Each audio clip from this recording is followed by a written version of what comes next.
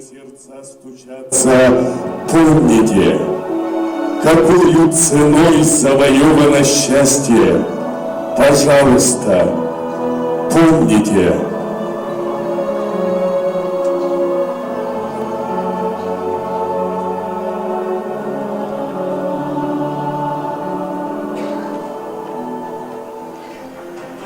Правительство. Сергей, мы поставили, мы ставим это всегда как раз в тех местах, которые считаем связанными с нами общей судьбой, общей дружбой. Это символ нашей нерушимой дружбы. Сейчас уже не только там на несколько лет, это уже на десятилетия, на века, на вечность. Волонтеры. Хочу поехать на период отпуска, что-то хорошее сделать. Он сказал, без проблем. И он этот вопрос решил, он вышел в верха.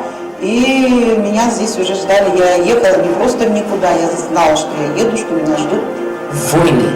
Патриот – это любовь. Любовь к своей малой родине. Это мой родной поселок, мой родной Улус, моя родная республика и моя родная страна. Она большая, необъятная, и, соответственно, конечно, защищать Родину для нас это большая честь. Помогаем. Единый координационный центр сегодня полностью сформирован от линии боевого соприкосновения до наших тылов, до самых дальних сел. Строим. В глазах, конечно, были слезы, но это слезы радости, что новая жизнь все-таки с тем, что Россия вот заходит, может быть, времени или как, вот после этих работ у всех вот такое мнение полностью исчезло. Мы зашли навсегда. Поддерживаем. Связь постоянно держим. И вот когда мы сюда приезжаем, когда вот, общаясь с ними, обязательно они, то, что они просят, мы стараемся принести. Защищаем. Хотелось, чтобы в будущем Россия была единым государством, и чтобы вот этот национализм вообще в корне ушел в прошлое. Ну и доделать то, что наши деды, получается, не доделали. Приближаем победу. Вместе.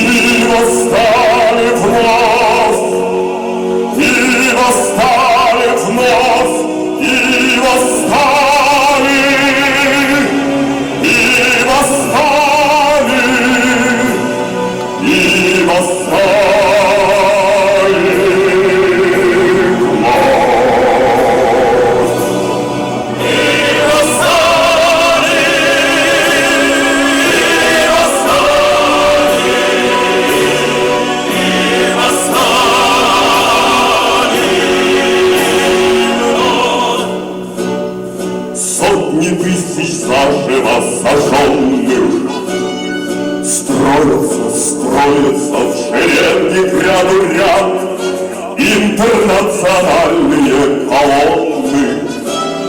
С нами говорят, слышите кровавые рассказы. Это не гроза, не ураган, это вихри атомным объятый. Стонет океан,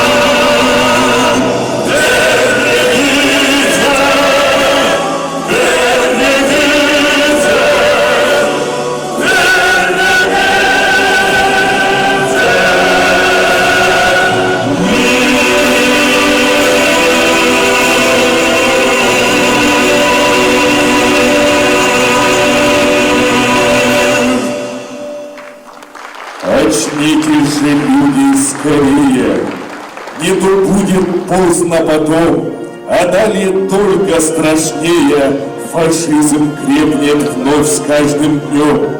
Очнитесь же, люди, скорее, и встаньте за мир, за свой дом. Мы с Богом, а значит сильнее, мы к свету, мы к правде пойдем. Не бойтесь врага, он ничтожен и прет, если видит в нас страх. И вместе снести его сможем, и скоро наступит злу крах. Встанем против фашизма монолитной стеной и победим.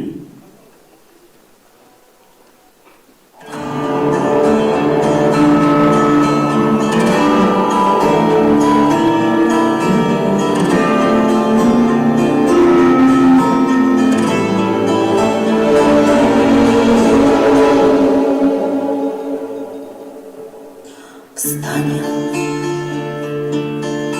пока еще с вами мы живы, и правда за нами. Там сверху на нас кто-то смотрит родными глазами. Мы улыбались, как дети, и не пошагали.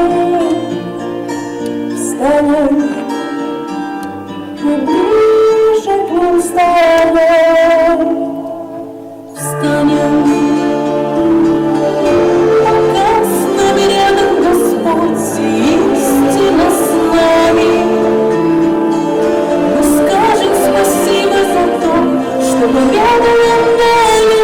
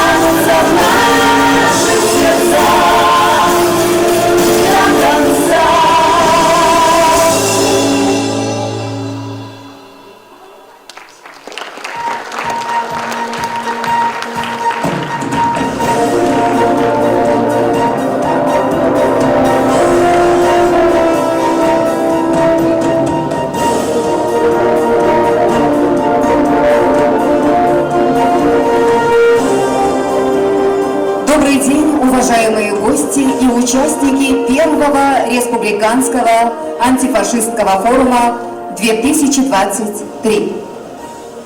Поздравляем всех гостей и участников с наступающим Днем Героев Отечества. Целью сегодняшнего форума является обеспечение победы над возродившимся фашизмом 21 века. Сегодня мы будем вспоминать о прошлом, анализировать настоящее и строить планы на будущее. Мы никогда не забудем, как разрушают души идеологии расового превосходства человека над человеком, потому что после падения гитлеровского режима идеи фашизма не остались в прошлом. Они живут в тех, кто сегодня праздник 9 мая считает победобесием, кто разрушает памятники воинам-освободителям, всячески героизируя предателей и коллаборационистов, поклоняется нацистской символике. Все это говорит о том, что мир не извлек уроки. Отдельные государства и правительства по-прежнему, как и было накануне Второй мировой, не замечают, а порой и поощряют проявление радикализма в обществе, а порой открытого терроризма. Фашизм, ненависть под знаменами демократии мы не должны пропустить на свою землю. Каждое новое поколение должны и будем растить, передавая ей память не только о предках, но и о боли, которая сделала наш народ сильнее и научила, как никакие другие народы, беречь мир и спокойствие во всем мире. Чтобы другие страны тоже помнили и не забывали, кто заплатил за великую победу великой ценой, кто освободил завоеванные гитлеровской Германией земли и спас народы от геноцида. Мы должны эту правду пронести через века. Задача антифашистского форума – предупредить человечество, подрастающее поколение о реальной угрозе неофашизма всему миру, защитить свою историю, культуру, нашу страну и наши традиционные ценности от западной интервенции. Как нужно взаимодействовать и формировать новое справедливое общество будущего. Дорогие соотечественники, уважаемые участники сегодняшнего мероприятия, первый антифашистский форум Республики Саха-Якутия объявляется открытым.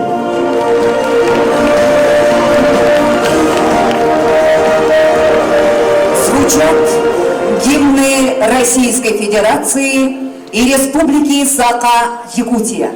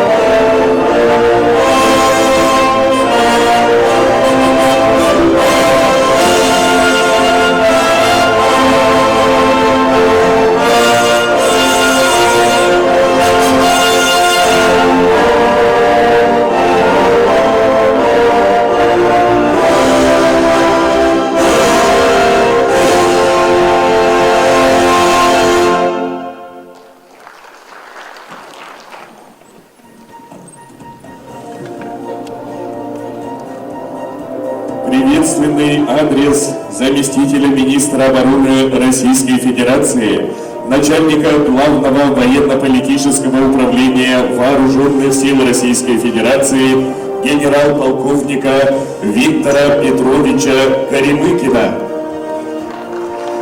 Уважаемые друзья, от лица Министерства обороны Российской Федерации приветствую участников и гостей антифашистского форума, проводимого в столице Республики Саха-Якутия, городе Якутске. Почти 80 лет назад наша страна держала победу в Великой Отечественной войне, сокрушив нацистскую Германию и ее союзников. Но идеология нацизма в современном обличии вновь создает угрозы безопасности России. Западные элиты своими преступными действиями разлагают нравственность и уничтожают семейные ценности, насаждают агрессивный национализм, что ведет к росту ксенофобских настроений и провоцирует кровавые конфликты и перевороты по всему миру. Любая идеология превосходства несет страдания и разрушения, однако страны Запада во главе с США, заявляя о своей исключительности, последовательно разрушают систему глобальной безопасности и международного права в бесплодных попытках разделить и уничтожить Россию. Все это привело к катастрофе, жертвой которой стали жители Донбасса и Новороссии, а украинский народ оказался заложником ситуации и разменной монетой в реализации жестоких и коварных планов западных кукловодов киевского режима.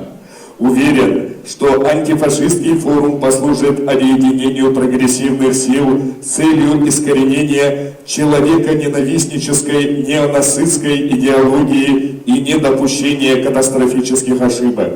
Выражаю искреннюю благодарность организаторам форума и желаю его участникам и гостям продуктивной работы. Заместитель министра обороны Российской Федерации, начальник Главного военно-политического управления Вооруженных сил Российской Федерации, генерал-полковник Виктор Горемыкин. Видео приветствие главы Луганской Народной Республики Леонида Ивановича Пасечкина. Внимание на экран.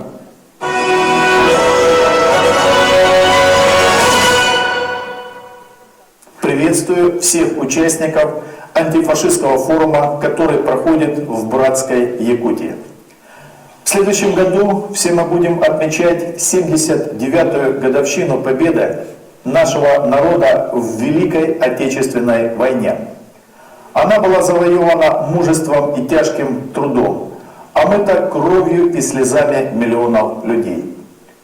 И для жителей России эта победа навсегда останется духовной опорой. Тогда нашим отцам и дедам удалось одолеть фашизм. И еще 20 лет назад трудно было даже представить, что он вновь поднимет голову. Но это случилось. Стараниями заокеанских политиков коричневая чума возродилась на Украине, жители которой вместе с другими братскими народами героически сражались на фронтах Великой Отечественной войны. Сначала мы не хотели верить в происходящее, но признаки неонацизма на Украине были налицо. Безумная ненависть ко всему русскому, героизация нацистских палачей, снесенные памятники героям Отечества и многое другое. Жители Донбасса не захотели с этим мириться. И тогда преступная киевская власть направила против нас регулярную армию. Начала беспощадно обстреливать наши города, безжалостно убивать женщин, детей, стариков. На защиту жителей Донбасса, а по сути безопасности всего мира, встала мощная российская армия. Все народы нашей великой многонациональной страны. В их числе и герои из Якутии, которые мужественно сражаются с врагом. Одна из главных целей специальной военной операции, четко обозначенная нашим президентом, Владимиром Владимировичем Путиным полная денацификация Украины. Возродившийся нацизм должен быть уничтожен безоговорочно, окончательно и навсегда. И сделать это сможем только мы с вами, потомки героев-победителей, которые однажды уже освободили мир от фашистской нечисти. И мы вновь победим, потому что за нами правда, память и сила.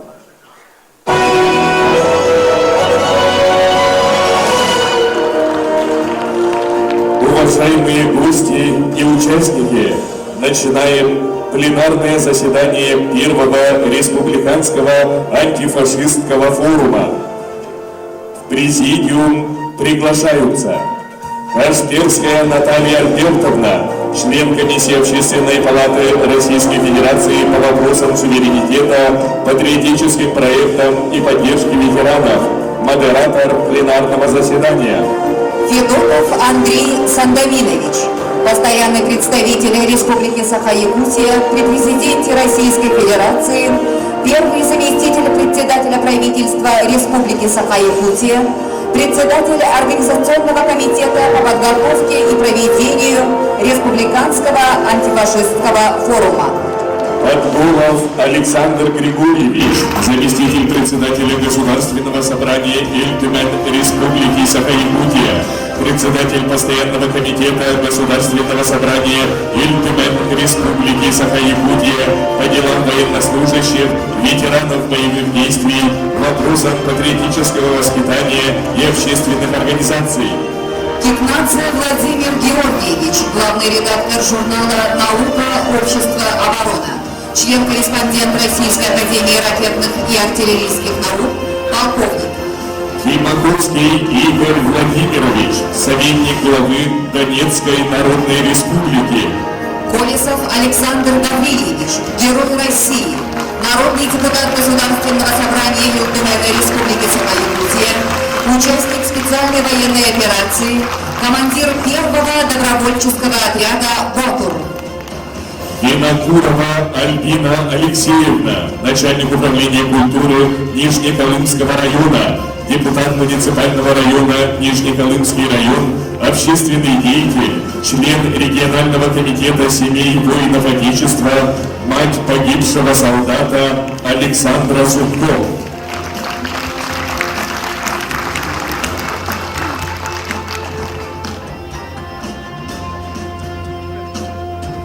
Уважаемые участники первого республиканского антифашистского форума, уважаемые гости, разрешите нам начать пленарное заседание, в котором принимают участие очень важные люди.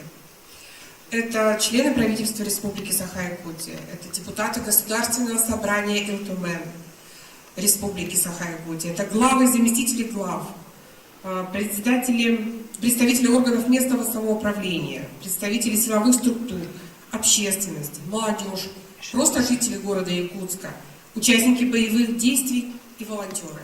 Одним словом, все те люди, которых можно отнести к числу неравнодушных. Те люди, от которых, от работы, от мнения которых зависит очень многое. Зависит прежде всего целостность нашей страны, ее благополучие и ее будущее. Поэтому я вас поздравляю от всей души с началом этого замечательного форума. Аплодисменты.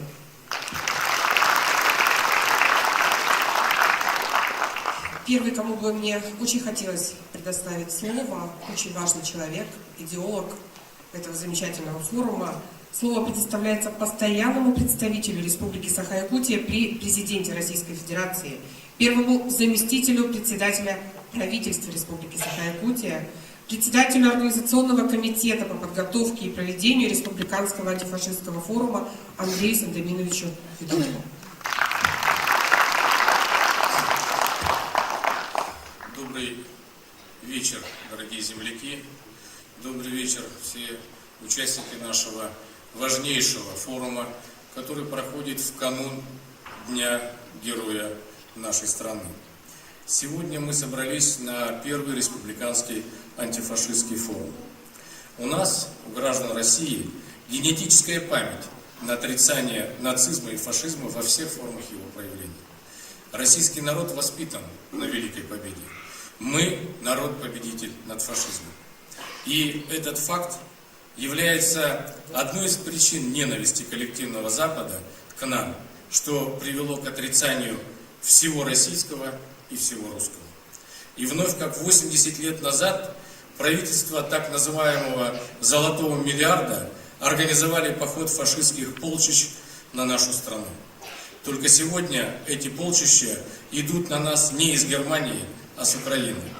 Как видим, что и близкий нам по культуре, языку, истории народ тоже может заразиться этой коричневой чумой.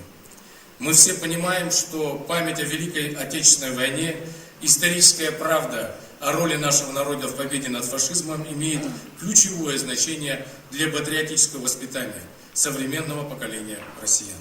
Также мы все понимаем многогранность задач, которые стоят перед нами в деле воспитания гражданственности и истинного патриотизма. Именно поэтому в прошлом году был принят у нас закон Республики о патриотическом воспитании. А еще ранее, в 2019 году, был издан указ главы республики «Мы – будущее России», направленный на духовно-нравственное и патриотическое воспитание детей и молодежи. Он тогда вызвал большую дискуссию. На нас с критикой обрушились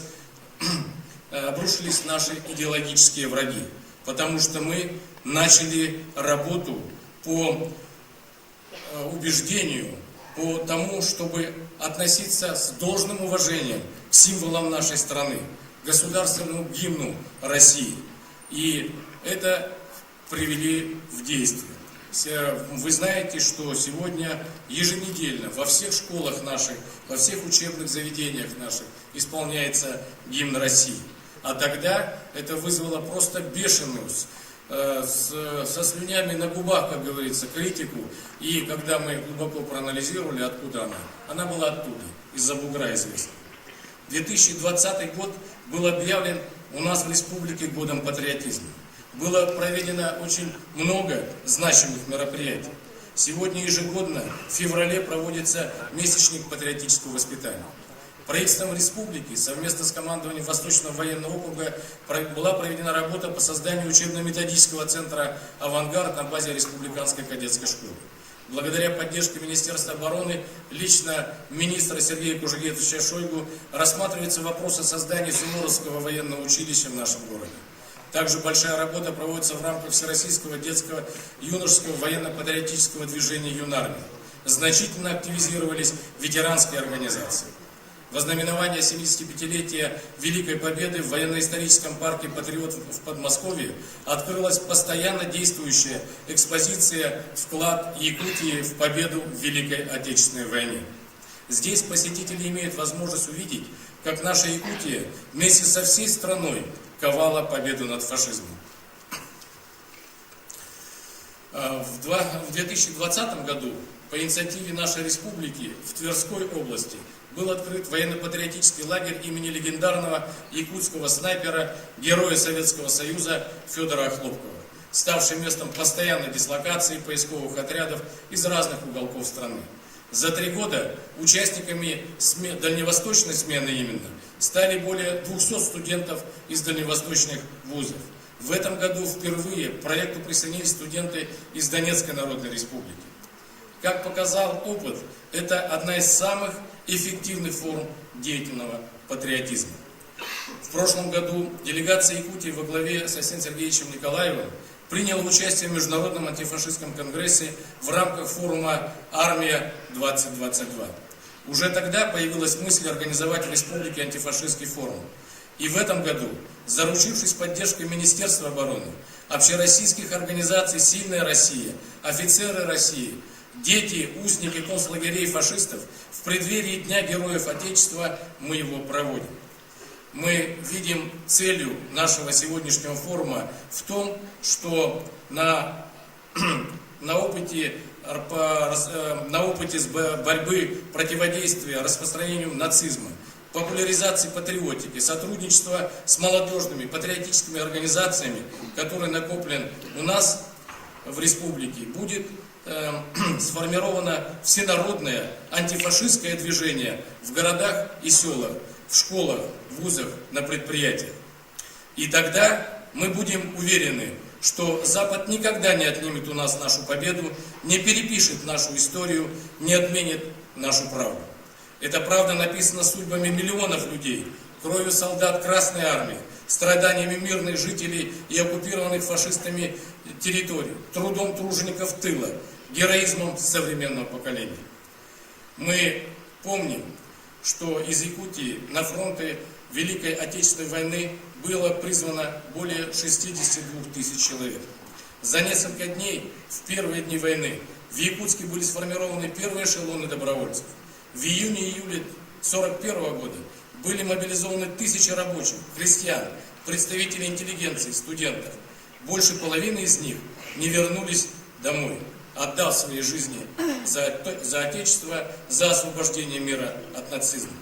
В военные годы республика стала центром перегоночной трассы Алсиб, соединившей Евразию и Америку. Летчики перегнали по этой героической трассе около 8 тысяч боевых самолетов для фронта. Это больше половины всех участвовавших во время боевых действий иностранных самолетов. В тяжелейших условиях якутяне поставляли стране пушнину, рыбу, пополняли фонд обороны, собирали средства на строительство самолетов и танков для армии. Танковые колонны Советской Якутии, переданные войскам Первого Украинского фронта, участвовали в защите блокадного Ленинграда, громили врага за Одером и в самом Берлине. Важнейшим вкладом республики в победу стало пополнение золотовалютного фонда государства. И оно по достоинству оценило это. В 21 и в 22 годах города Алдан и Якутск указом президента страны Владимира Владимировича Путина были удостоены звания «Город трудовой славы». И сегодня мы вновь встаем на защиту Родины в борьбе с нацизмом. Мы всецело поддерживаем специальную военную операцию. Как и в первые дни Великой Отечественной, многие якутяне добровольцами отправились на передовую в составе отрядов, названных в честь якутских богатырей Боду. Сегодня мы с гордостью называем имена наших героев России. Это Александр Колесов, командир добровольческого отряда Боду-1, спасший во время боя десятки своих товарищей. Это Алексей Неустроев и Филипп Евсеев, члены легендарного экипажа танка Алеша, который в одиночку разгромил колонну вражеской бронетехники. Позавчера вы все были свидетелями, что в Кремлевском дворце съездов наших героев-танкистов приветствовал стоя весь зал. Это Дмитрий Егоров, посмертно удостоенный звания Героя России. Дмитрий в ходе боя у села Новомайорское на Донбассе встретил превосходящие силы противника, не дрогнул и обратил врага в бегство. Гвардии рядовой Егоров получил в этом бою тяжелое смертельное ранение. Фактически он повторил подвиг первого героя Саха Федора Кузьмича Попова, который зимой 1943 года при форсировании Днепра совершил подвиг и удостоился высокого звания Героя Советского Союза. Сегодня мы отмечаем его день рождения. Продолжая традиции легендарного 42-го якутского пехотного полка, который стоял на защите Севастополя и сражался на подступах к Москве на Бородино в 1812 году, занесен золотыми буквами в Георгиевском зале славы в Кремле. И по этому примеру сегодня создается отдельное подразделение Восточного военного округа Вооруженных сил нашей страны, 42-й Якутский инженерный батальон, который сегодня готовится к бою с фашизмом. Наша республика, наряду с другими российскими регионами, восстанавливает освобожденные города.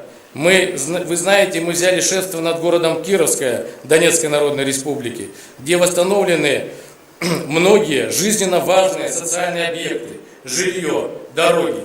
Все жители, с которыми я общался, искренне благодарили за братскую помощь. Я видел и знаю, с какой радостью и надеждой они ждут полного освобождения своего родного Донбасса. Все их надежды на мирную жизнь и на лучшее будущее связаны только с Россией. Все цели специальной военной операции, конечно, будут выполнены. Победа будет, безусловно, за нами. Но в то же время мы должны четко понимать, против нас идет беспрецедентная идеологическая информационная война. В этой войне мы обязаны прежде всего обеспечивать высокую нравственную этику информационного поля, распространяя объективную историческую правду. Сегодня как никогда важно крепить чувство патриотизма. Важно целенаправленно взращивать человеческие ценности добра, справедливости, уважения, ограждая их от влияния фашистских идей, разлагающих души и сердца. Уважаемые коллеги, сегодня мы проводим первый республиканский антифашистский форум. А ведь в годы Великой Отечественной именно у нас в Якутске в сентябре 1942 года состоялся первый антифашистский митинг. Его идейным вдохновителем, организатором тогда была председатель Президиума Верховного Совета Якутской автономии Софья Петровна Сидорова. Она также была и представителем нашей республики в Москве. В суровые предвоенные и военные годы в московском представительстве республики проводилась работа по решению задач укрепления обороноспособности страны, обеспечения военной промышленности, армии и флота стратегическим сырьем, сельскохозяйственной продукцией и денежными средствами. Символично, что сейчас в постоянном представительстве Якутии в Москве распоряжением нашего Илдархана Арсения Сергеевича Николаева создан единый координационный центр, который выполняет задачи по всесторонней поддержке военнослужащих якутян, участвующих в специальной военной операции и их семей. За текущий год проделана большая работа. Сотрудники единого координационного центра постоянно находятся в тесном контакте как с военным руководством, так и непосредственно с бойцами нашей республики. На постоянной основе оказывается гуманитарная помощь и им, и новым территориям. Завершая выступление, хотел бы зачитать обращение якутян, старейшин к Верховному главнокомандующему Иосифу Виссарионовичу Сталину еще тогда, в 40-е годы прошлого столетия, которое было опубликовано на страницах газеты «Социалистическая Якутия». В эти напряженные дни Великой Отечественной войны мы поставили перед собой задачу здесь, в далеком тылу, бороться и работать напряженно, не останавливаясь перед трудностями, зимними трескучими морозами и летним палящим зноем. В этом вы можете быть уверены за победу над врагом. По итогам нашего форума мы также предлагаем подготовить обращение к Верховному главнокомандующему, президенту нашей России Владимиру Владимировичу Путину. Отдавая дань уважения нашему старшему поколению, героям Великой Отечественной войны, победившим фашизм, мы выражаем стремление и готовность крепить историческую правду, традиционные духовно-нравственные ценности и сделать все для победы над фашизмом и на фронте, и в тылу, и во всем мире. Желаю всем участникам форума плодотворной и результативной победы. Спасибо.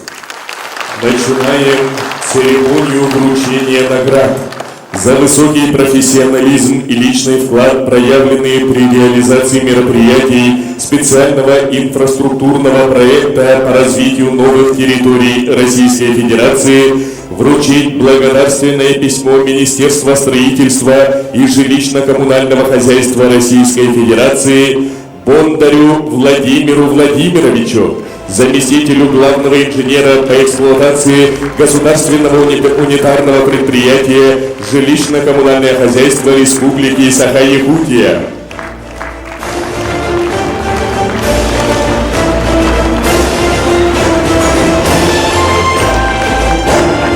За самоотверженный труд и всестороннюю поддержку участников специальной военной операции вручить благодарственные письма постоянного представительства Республики Саха-Якутия при президенте Российской Федерации Федоровой Феодосии Владимировне, педагогу-психологу Государственного бюджетного учреждения Республики Саха-Якутия, Центр социально-психологической поддержки семьи и молодежи.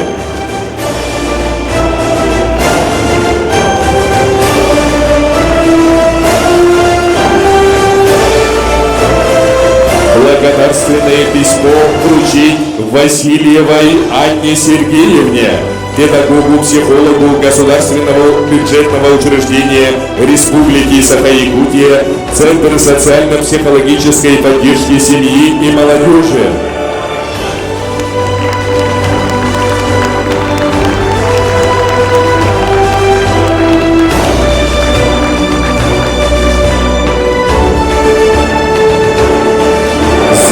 Жертвенное служение России, мужество и отвагу в защите Отечества и православной веры вручить орден «Покров и защита» святого благоверного князя Дмитрия Донского Грековой Жанне Валентиновне, председателю Союза семей Якутии, память воинов специальной военной операции, матери погибшего в специальной военной операции военнослужащего Ярослава Грекова.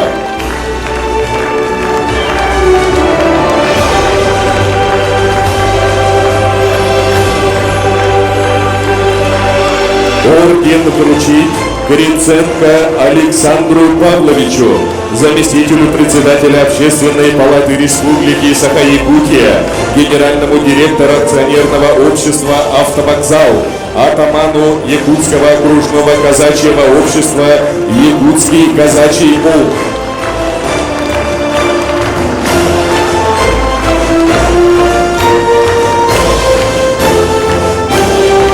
Орден вручить Кузьминой Марьяне Алексеевне, руководителю общественного движения «Боевые шелкотряды Якутии».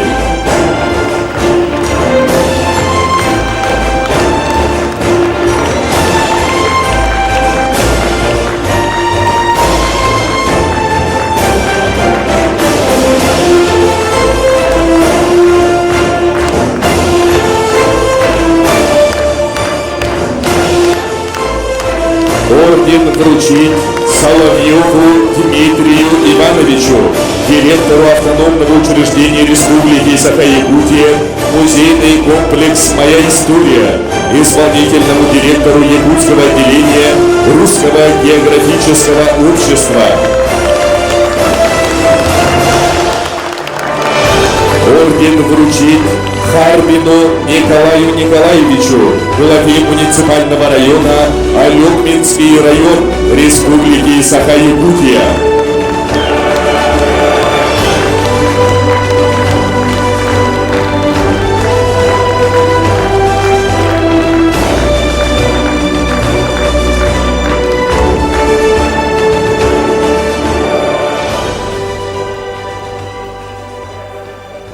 Поздравляем всех награжденных от всей души.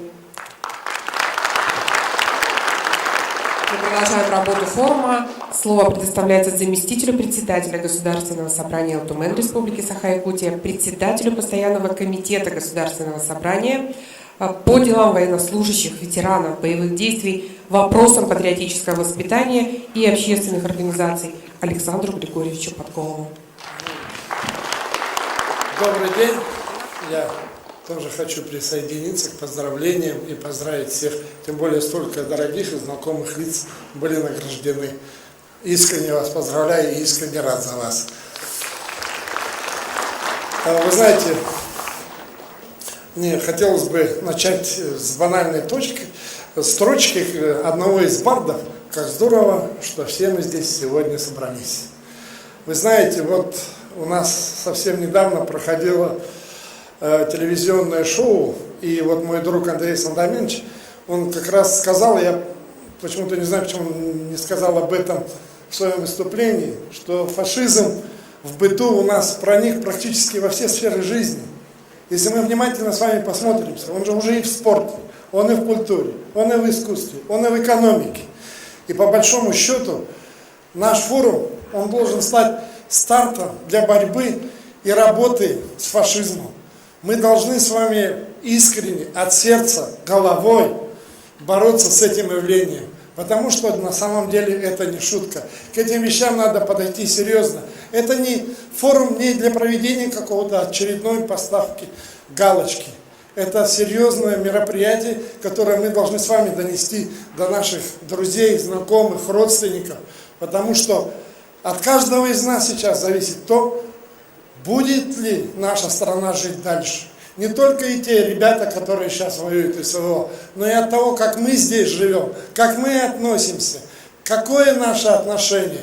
Принципиально ли мы в своих позициях и в отношениях, когда мы с вами пропускаем спокойно, когда при нас обижают младших, когда грубят старшим. Мы почему-то стали спокойно к этому относиться. Именно с мелочей это все начинается. Я благодарен своим коллегам, которые решили, что такой комитет, который я сейчас возглавляю, нужен нашему государственному собранию ЛТУН, потому что здесь именно мы будем работать для того, чтобы в нашей республике были созданы новые нормативно-правовые акты, которые бы касались того, что мы сегодня обсуждаем. Ну и самое главное, чтобы мы поддерживали все те федеральные законы и, кроме этого, чтобы мы давали свои заключения именно то, что касается СВО, ну и в первую очередь, конечно же, по борьбе с этим страшным явлением фашизм. И почему в нашей стране фашизму-то трудно пройти? Да в первую очередь потому, что мы многонациональная страна. Посмотрите, даже в нашей республике проживает 135 народов и национальностей.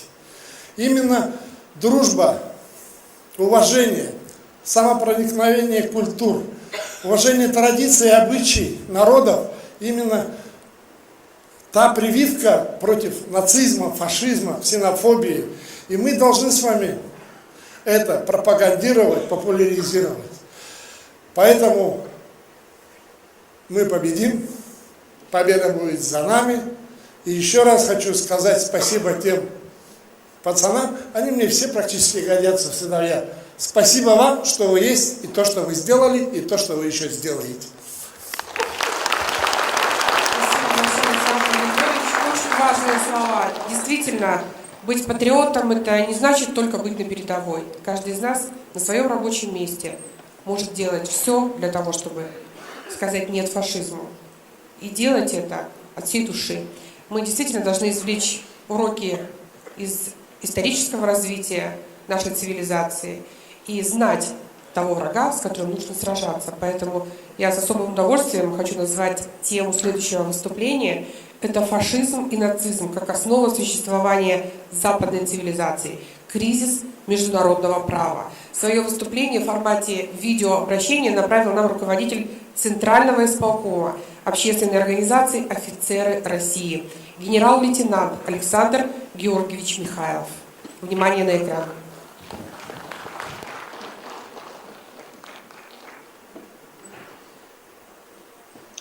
Здравствуйте. Мы с благодарностью приняли ваше приглашение принять участие в антифашистском форуме в Саха-Якутии.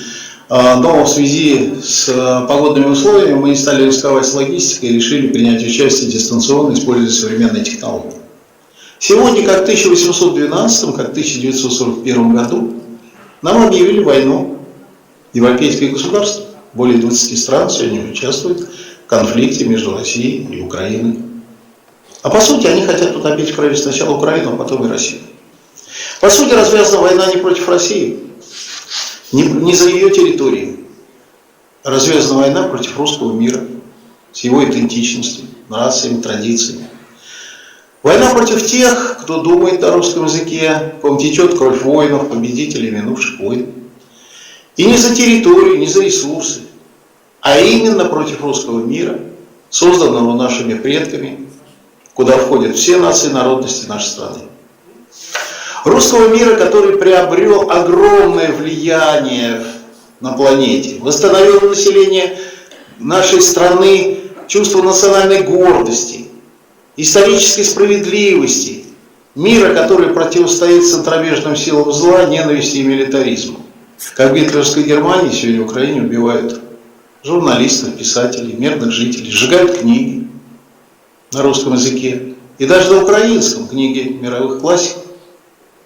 Русский язык под запретом, детей оболванивают, создавая из них Гитлер-Югенд, фальсифицируют нашу общую историю, да и не только нашу, но и мировую историю, доводя ее до полного маразма. Бомбят мирные города, села, убивают мирных граждан. Готовы. Причем надо сказать, что убивают запрещенными боеприпасами. Готовы применить ядерное оружие, которое на века может уничтожить целые области, регионы. Но это ли не фашизм? Сбылось пророчество поэта: воспрянут, народы вспрянут ото сна. И проводимая специальная операция свидетельствует тому, что именно Россия в формате упреждения бросила вызов этим черным силам, стремящимся уничтожить Россию не как территорию, а как общность людей, выросших на коленях фронтовиков, носителей нашей национальной культуры. По сути, сорваны планы продвижения НАТО на восток. У России появились новые субъекты, устанавливается мирная жизнь в регионах, подвергшихся геноциду ауловцев и мандерусов. Против России введенные санкции практически не сработали, а их более 3000. И что? Как и в годы войны с Гитлером, Россия сделала мощный промышленный рывок не только по выпуску военной, но и мирной продукции. Восстановив отдельные отрасли, создали мы новые, вернули к жизни закрытые заводы и фабрики, развили сельское хозяйство. А самое главное, мы перешли в расчеты с партнерами на национальную валюту, еще более усугубив ситуацию доллара. На фоне этого до критической отметки упало влияние Организации Объединенных Наций, которая, по сути, повторяет судьбу Лиги наций. Разрушены механизмы правового, мирового регулирования международного права превращается в фарс.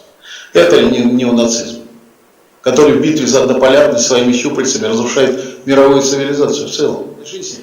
Нам надо восстановить объективность истории, основу нравственности, морали, уважение к языку традиций, вернуть память, о которой писал поэт, любовь к родному пепелищу, любовь к отечественным гробам. Надо очистить культуру и образование от наростов западничества, вернуться к мыслям наших великих педагогов Ушинского, Бакаренко, Сухомлинского, вернуть классическую литературу в школу, убрать из общения с подростками формализм, административный педикулез. Великий наш конструктор Михаил Тимофеевич Калашников говорил: все нужно и просто. А главное — посеять в людях зерна добра, любви к родине. Наступил момент, когда молодежь, независимо от пола, религиозных убеждений, национальности, стали на защиту русского мира. Русские, якутяне, ингуши, евреи, аварцы, немцы — все демонстрируют высокие гражданские качества. Мы видим то, что происходит на Донбассе, находит отклик у якутян. Отвага воинов якутян стала стандартом для уважения донбассов и известно за пределами зоны СВО. Добровольцы якутяне задали высокую планку умений, отваги на полях сражений, показали стойкость, результативность боевых действий в зоне СВО. За проявленное мужество и отвагу многие отмечены государственными наградами. Сегодня мы вспоминаем слова Вячеслава Молотова, который сказал в 12 часов 22 июня 1941 года: «Наше дело правое, мы победим, враг будет разбит, победа будет за нами». Спасибо. Да, я тоже абсолютно солидарна со словами, которые прозвучали сейчас в выступлении. Действительно, очень многое изменилось, коллеги. Мы начали гордиться тем, что живем в России. Мы начали гордиться тем, что мы, оказывается, можем многое. Технологический суверенитет – это то, что мы сейчас имеем. И во многом благодаря предпринимателям, науке, образованию это все с каждым днем становится все более очертания приобретает зримые. Поэтому я тоже убеждена в том, что победа будет за нами и враг будет разбит. Потому что такие люди, которые живут в России, они не могут иначе. Я с удовольствием предоставить слово хочу главному редактору журнала «Наука, общество и оборона», член-корреспонденту Российской академии ракетных и артиллерийских наук, полковнику Владимиру Георгиевичу Кетнадзе. История геноцида советского народа в общественно-политическом дискурсе и научно-исследовательской деятельности современной России.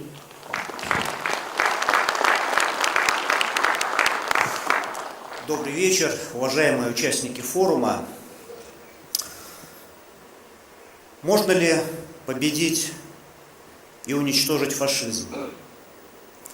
Да, можно в ходе проведения демилитаризации уничтожить вооруженные силы, людей с оружием, которые пришли убивать, будучи пораженными идеологией фашизма, нацизма.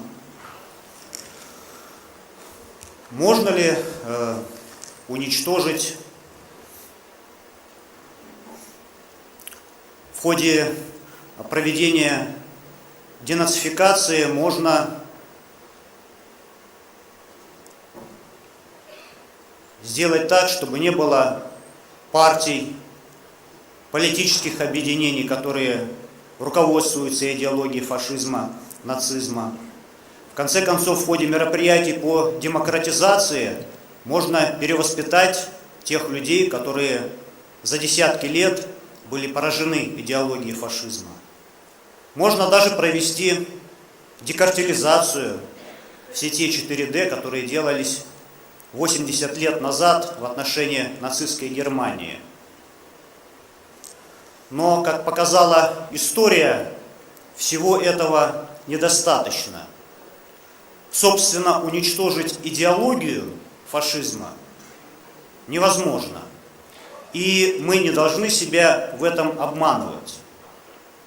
Работа по профилактике и противодействию идеологии фашизма должна проводиться постоянно, системно, на регулярной основе во всей жизнедеятельности человека, начиная от воспитания его в семье, в школе, в высшем учебном заведении и сопровождать всю его деятельность. 11 апреля 1945 года на страницах газеты «Правда» был опубликован очерк Ильи Эренбурга под названием «Хватит». О чем говорил тогда наш великий военный корреспондент, с чьими газетными очерками вставали на защиту Отечества все новые и новые миллионы сынов и дочерей нашего Отечества. 11 апреля произошло восстание в концлагере, о котором сегодня уже говорили, в концлагере Бухенвальд, одним из первых, который был создан еще задолго до начала Второй мировой войны и создавался изначально как лагерь для временного содержания политически неугодных людей для новой власти. А во что же он превратился за годы Второй мировой войны? Он превратился не просто в фабрику смерти, он превратился в научную организацию по уничтожению людей. Это свидетельство тех людей, и воинов Красной армии, и союзнических армий, которые изучали то, как была устроена жизнь, если это можно так назвать, узников концлагеря Бухенвальд. К сожалению, то, что осуществлялось на территории нашей страны, Советского Союза, ее оккупированных территорий, а под оккупацией оказалась значительная часть населения, почти 40 миллионов человек. Так вот, политикой уничтожения наших предков, а задача стояла уничтожить в первые годы более 30 миллионов человек, ее реализацией занимались люди далеко не глупые, хорошо образованные. В большинстве своем зондеркоманды по уничтожению людей возглавляли люди, имеющие ученую степень доктора права. Так вот, Илья Эренбург, публикуя свой очерк, конечно, он его написал за несколько дней до 11 апреля, не зная о том, что в этот день произойдет восстание, предупреждал о возможном перевоплощении бывших нацистов на опыте истории Первой мировой войны, когда люди, которые разворачивали Первую мировую войну, прежде всего делали это с целью обогащения. А главные преступники, как обычно, оказались в стороне.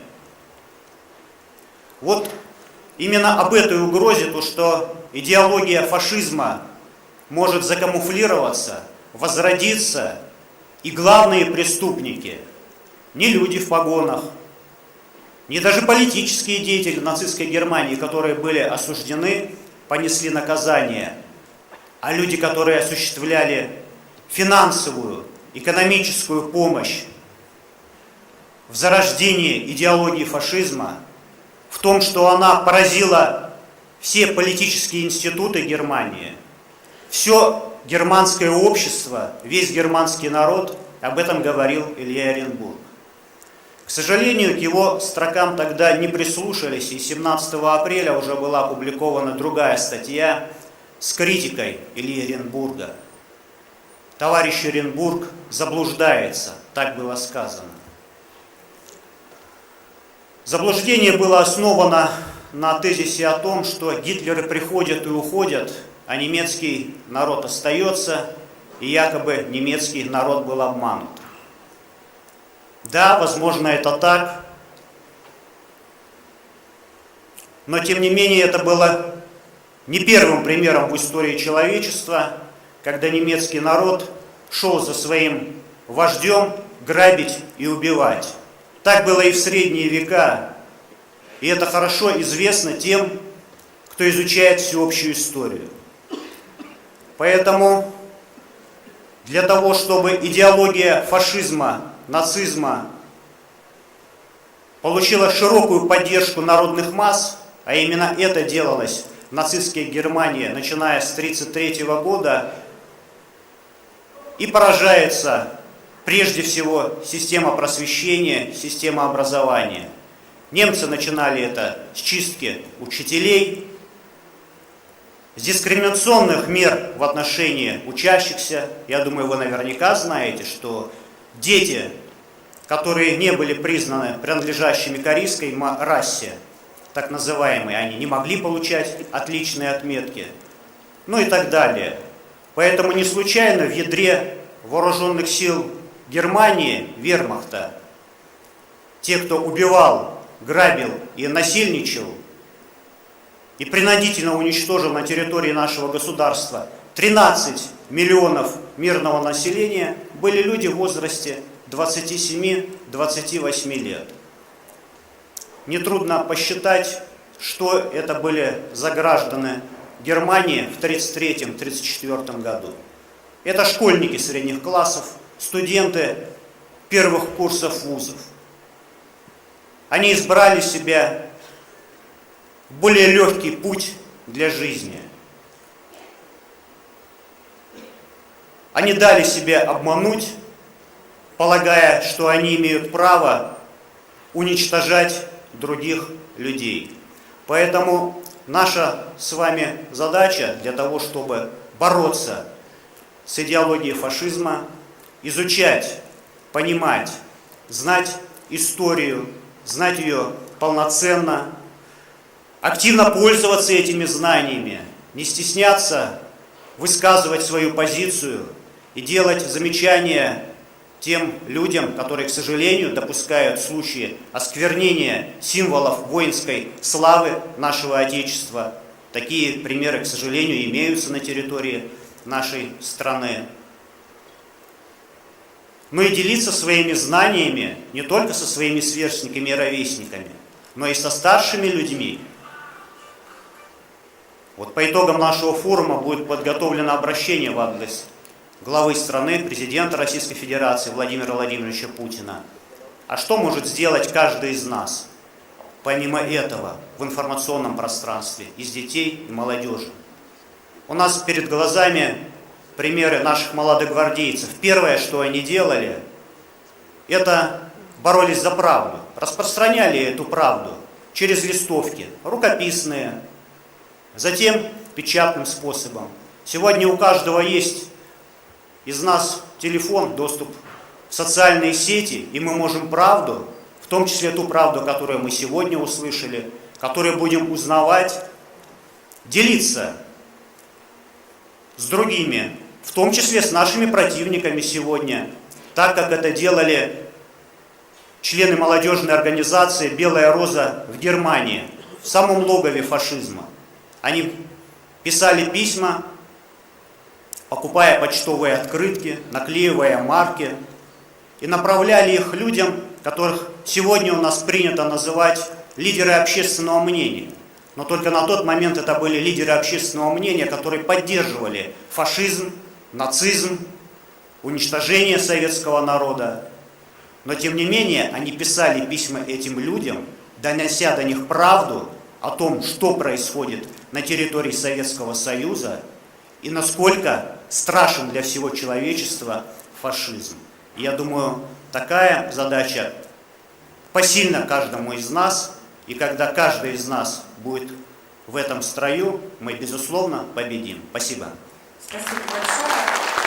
Да, совершенно верно. Наша с вами задача еще и обеспечить наши СМИ хорошими новостями. Поэтому давайте создавать эти хорошие новости, отбирая тем самым информационное пространство у тех, кто пытается сделать плохо для каждого ее жителя нашей страны. Мы продвигаемся с вами дальше. Я с удовольствием предоставляю слово Николаю Викторовичу Старикову. Это видеоконференц-связь. Тема «Фашизм как высшая стадия современного либерализма». Внимание на экран. Добрый день, дорогие друзья.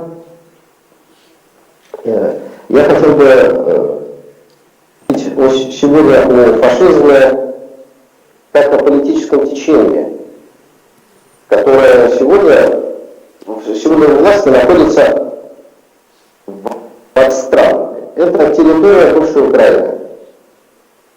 Сегодня, когда мы вспоминаем историю, в основном мы говорим о том, что фашизм, нацизм присущ нацистской Германии. И вспоминаем борьбу наших дедов и отцов с германскими фашистами. Ну, давайте вспомним исторические моменты, и нам станет понятно, что ситуация была гораздо хуже, а фашизм и нацизм, я не хотел бы сегодня разбираться в разницах этих разных частей одного единого целого, были всего лишь политическими инструментами. Вот тут надо задать себе вопрос, чьими и в каких целях использовали нацизм и фашизм. Нацизм и фашизм были неотъемлемой частью тогдашней политической системы. Ровно так же, как сегодня они являются неотъемлемой частью сегодняшней политической системы. Это политические инструменты удержания власти. Вот когда один из уважаемых выступающих сказал, что обогащение является одной из целей фашизма, я позволю себе не согласиться с этим тезисом и расширить его. Для Зеленского и его клики, безусловно, фашизм, нацизм, нахождение во власти, руководство остатками бывшей советской Украины является средством обогащения. Тут нет никаких сомнений. Но у тех, кто привел к власти Зеленского и его клику, ровно так же, как тех, кто привел когда-то к власти Гитлера, Муссолини, Порти и других диктаторов по всей Европе, для них фашизм средством обогащения. Для них фашизм был политическим инструментом.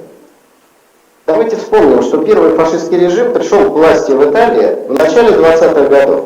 Ну а дальше началась последовательная ситуация привода к власти нацистов других государств. Я просто хотел напомнить, что не только нацистская Германия, но и Румыния, Венгрия, Хорватия, Бельгия, Голландия, безусловно, Испания, Норвегия, отчасти Франция и вполне себе Япония могут быть названы фашистами. То есть этот инструмент после того, как он показал себя неплохо на почве, дальше расширялся и пересаживался в других государств. Какую же цель себе организаторы привода нацистов, фашистов во власть? Ну, собственно говоря, это очень будет похоже и созвучно с той целью, которую они ставят сегодня. Фашизм создавался как идеология, антитезис коммунизма. Ну, а коммунизм, социалистические идеи в тот момент находились, их ядро, их смысл только здесь, у нас, в России, в Советском Союзе. Поэтому фашизм создавался как антисоветское движение, ну а политическая, экономическая и страшная бесчеловечная практика нацизма показывает нам, что нацизм далее использовался как абсолютно русофобская как русофобский инструмент геноцида нашего многонационального народа. Поэтому прав один из наших уважаемых общественных деятелей, как антисоветчик, всегда русофоб. Именно так и было, именно так и происходит сегодня. Когда мы говорим о приводе нынешнего киевского режима к власти, ровно так же, как режим Гитлера или Муссолини, давайте зададим себе вопрос, а он что, сам пришел во власть? Разве кто-то выбрал Гитлера, разве кто-то выбрал Муссолини, разве кто-то в какой-то демократической процедуре пришел? Да нет, конечно. Италия была королевством, и Муссолини был просто назначен премьер-министром. Гитлер не победил на выборах, и тогдашний президент Гинденбург назначил его канцлером, а для этого была изменена даже статья германского законодательства. То есть, по сути, для притащить определенных политиков во власть, менялось законодательство. И те, кто имел власть в Италии, Германии, эти страны были разбиты по итогам Первой мировой, они и притащили, установили гитлеровский режим Муссолини во власть. Поскольку Италия, Германия, многие другие страны в тот момент находились под внешним влиянием, ровно так же, как они находятся под внешним влиянием сегодня, мы можем смело утверждать, что нацизм и фашизм в Европе были прямыми следствиями политики других государств. Точно так же мы же сегодня с вами понимаем, что не сам Зеленский пришел к власти. Это не Коломойский оплатил его избирательную кампанию и обеспечил лояльность других политических структур. Никакой самый богатый олигарх не может выделять миллиарды, а сегодня это десятки миллиардов, чтобы нацистский режим мог вести боевые действия, выплачивать заработные платы, или менее поддерживать в порядке инфраструктуры. Это колоссальные деньги, которые могут тратить только страны совокупного Запада вместе. И обратите внимание, сегодня Украина полностью не суверенна не в смысле даже принятия решений, в смысле источников финансирования. Стоит Конгрессу не проголосовать за какую-либо поправку с дополнительными 60 миллиардами, и все, Украины как государства нет. На следующей же неделе перестанут выплачиваться зарплаты, и государство, по сути, встанет. Так вот, с гитлеровским рейхом было ровно план Дауэса, план Йонга. Американские банкиры вложили миллиарды. Ну, здесь сложно с учетом разницы покупательной способности тогдашнего доллара и сегодняшнего доллара говорить о том, какие суммы были затрачены, так, чтобы это потрясало воображение. Но, наверное, по сегодняшним ценам это десятки миллиардов долларов. С Германией перестали взимать репарации и, наоборот, начали вкладывать деньги в ее правительство. Для того, чтобы Германия могла с кем? Нацисты не скрывали своих целей, Гитлер в «Майн кампф» все описал заранее, с кем он собирается воевать и кого он видит в качестве союзников. Если первая часть его достаточно известна, их часто повторяли и в Советском Союзе, и в литературе, то те, кого Гитлер называл своим союзником, об этом как-то стыдились говорить. А Гитлер прямо пишет, только в союзе с Италией и Великобританией Германия может быть великой. Германия определил тех, с кем он собирается дружить, и заранее определил тех, кого он собирается убивать. То есть полезный парень для тех, кто привел его к власти. Точно так же осуществляется привод к власти и в сегодняшней Европе. Да, сегодня фашизм только на территории Украины, но это пока. Потому что сегодня только киевский режим ведет боевые действия, прямые боевые действия против России. Обратите внимание, как по щелчку пальца начала изменяться политическая и политический ландшафт других европейских стран. Заговорили на языке нацистов середины 20 века. Русские не такие, русские не сякие, нужно не пускать. Следующий шаг — русских надо уничтожать. Вот именно это прозвучит в тот момент, когда Запад заключит к войне против России Польшу, какие-то другие государства. И элементы расчеловечивания мы наблюдаем сегодня. Гитлеровская, а до этого британская и другая европейская пропаганда показывала русских коммунистов человеками. Ну, собственно говоря, это один из тезисов, который постоянно звучал в западной пропаганде. Почему именно так? Ну, потому что нормальному человеку, даже после обработки его сознания, очень сложно убивать себе подобных. Так человеку сложно. Убийц и палачей всегда очень мало в человеческой истории. А вот если рядовому, обычному обывателю, то идет о борьбе не с людьми, а с чем-то иным. И что мы видим в сегодняшней пропаганде киевского жуки. То есть вроде как не люди, а насекомые, это о нас говорят. И о тех, кто не согласен с политикой киевского режима, был не согласен, и сегодня не согласен на территории самой Украины. Когда началась специальная военная операция, киевский режим запустил термин «орки», апеллируя, понятно, к книгам Толкина, которые прочитали многие молодые люди, его голливудскую экранизацию. Но опять-таки, некие полулюди, именно так, в своей сказочной книге. Но эти сказочные термины возвращают, переносят в реальную жизнь. И когда мы говорим о Европе, когда мы говорим о либерализме, нужно понять, что либерализм середины 20 века, при всех его отличиях от нынешнего либерализма, по большому счету это одно и то же. Но как только речь идет о том, что вот эта красивая пелена в белых одеждах перестает обеспечивать возможность грабить весь мир, тогда ее откладывают в сторону, и вместо нее на сцену выходит громила для того, чтобы силовым путем решать ту же самую задачу – грабить. Вот здесь возвращаемся к тому тезису, о котором сказал один из уважаемых выступающих. Грабить, потому что грабить не для Зеленского, не для Германии, не для конкретного генерала, а грабить ресурсы планеты в целом. Бить, уничтожать тех, кто обладает смелостью и мужеством бросать вызов поперечной машине. Именно поэтому сегодня так важно для Запада подавить, если можно выразиться, восстание России против сегодняшнего абсолютно несправедливого мирового порядка. И как только это восстание произошло в форме специальной военной операции, Запад посчитал для себя возможным отложить в сторону все то, в чем он убеждал весь мир старательно в течение предыдущих десятилетий. Отложены в сторону разговоры о свободе передвижений, свободе капитала, свободе слова и всех других ходов, в обязательности которых нас убеждают в 90-х годах. Почему же Запад сам разрушает тот мир, который для него был комфортен и важен? Потому что речь идет о возможности ослабить весь мир, сохранять свою гегемонию, тот самый однополярный мир. Поэтому, дорогие друзья, мы к выводу, нацизм – это всего лишь способ сохранения. Ровно так же было и во второй половине, и в первой 20 века, когда нацисты власти в Германии и фашисты в других европейских государствах были всего лишь инструментами сохранения, но только не гегемонии Германии или Италии. Они были инструментами сохранения господства Великобритании и Соединенных Штатов Америки. Такие солдаты умирали под Сталинградом и на бескрайних полях нашей Родины за то, чтобы долго...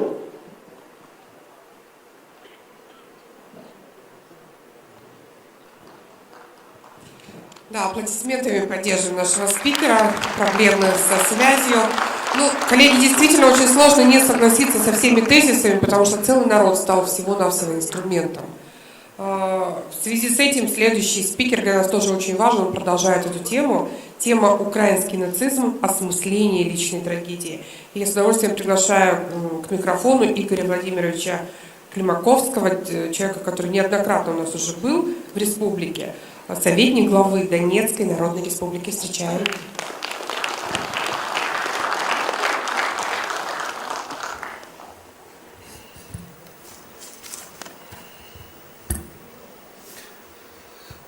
Дара Баларунг, дорогие друзья, я уже действительно не первый раз... Аплодисменты! Да, Дара Баларунг, мы любим, когда нас так приветствуют.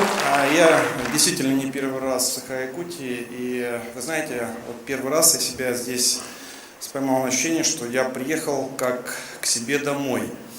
И первое, что я хотел бы передать, слова приветствия и благодарности от главы Донецкой Народной Республики Дениса Владимировича Пушилина, потому что у нас в республике как нигде осознают важность вашего мероприятия антифашистского. Почему? Потому что мы на себе, наверное, первые в России, а Донбасс себя Россией считал всегда, начиная с 1991 года, и мало кто знает о том, что в 1991 году с Донбасса приезжала делегация к Борису Николаевичу Ельцину с просьбой принять нас в Российскую Федерацию. И тогда была такая возможность, но Борис Николаевич Ельцин нам в этом отказал, а большая Россия и Владимир Владимирович Путин нас принял в большую и дружную семью Российской Федерации.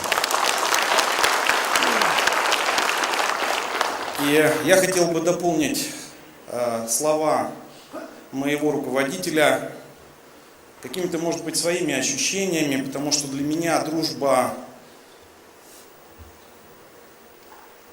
Донбасса и великого народа Саха-Якутия, он связан с личными впечатлениями, потому что я могу запросто идти по улице в Донецке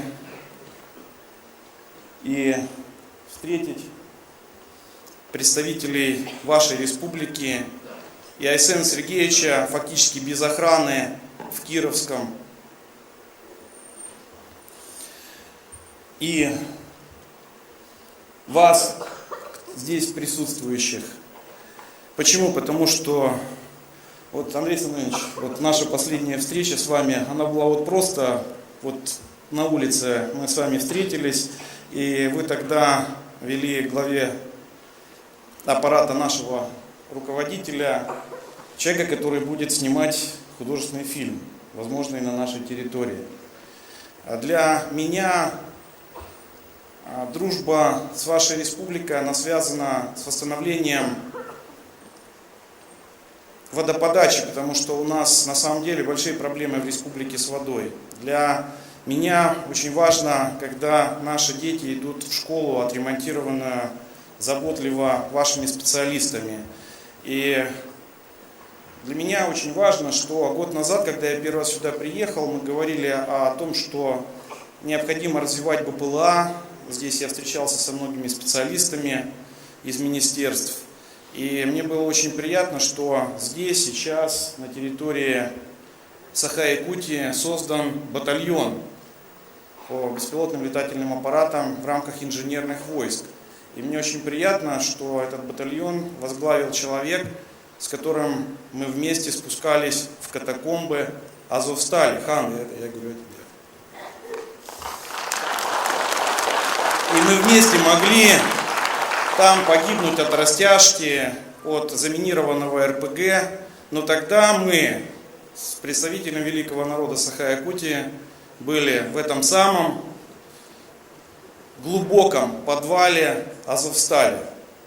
И те гранаты, которые передал мне в свое время хан, они до сих пор находятся в моей боевой разгрузке. Вот это для меня очень важно, и я очень благодарен всему народу Саха за вот эти впечатления. Спасибо вам. А теперь я хотел бы непосредственно перейти к теме своего выступления. Времени мало, но я постараюсь изложить достаточно все быстро. Можно следующий слайд?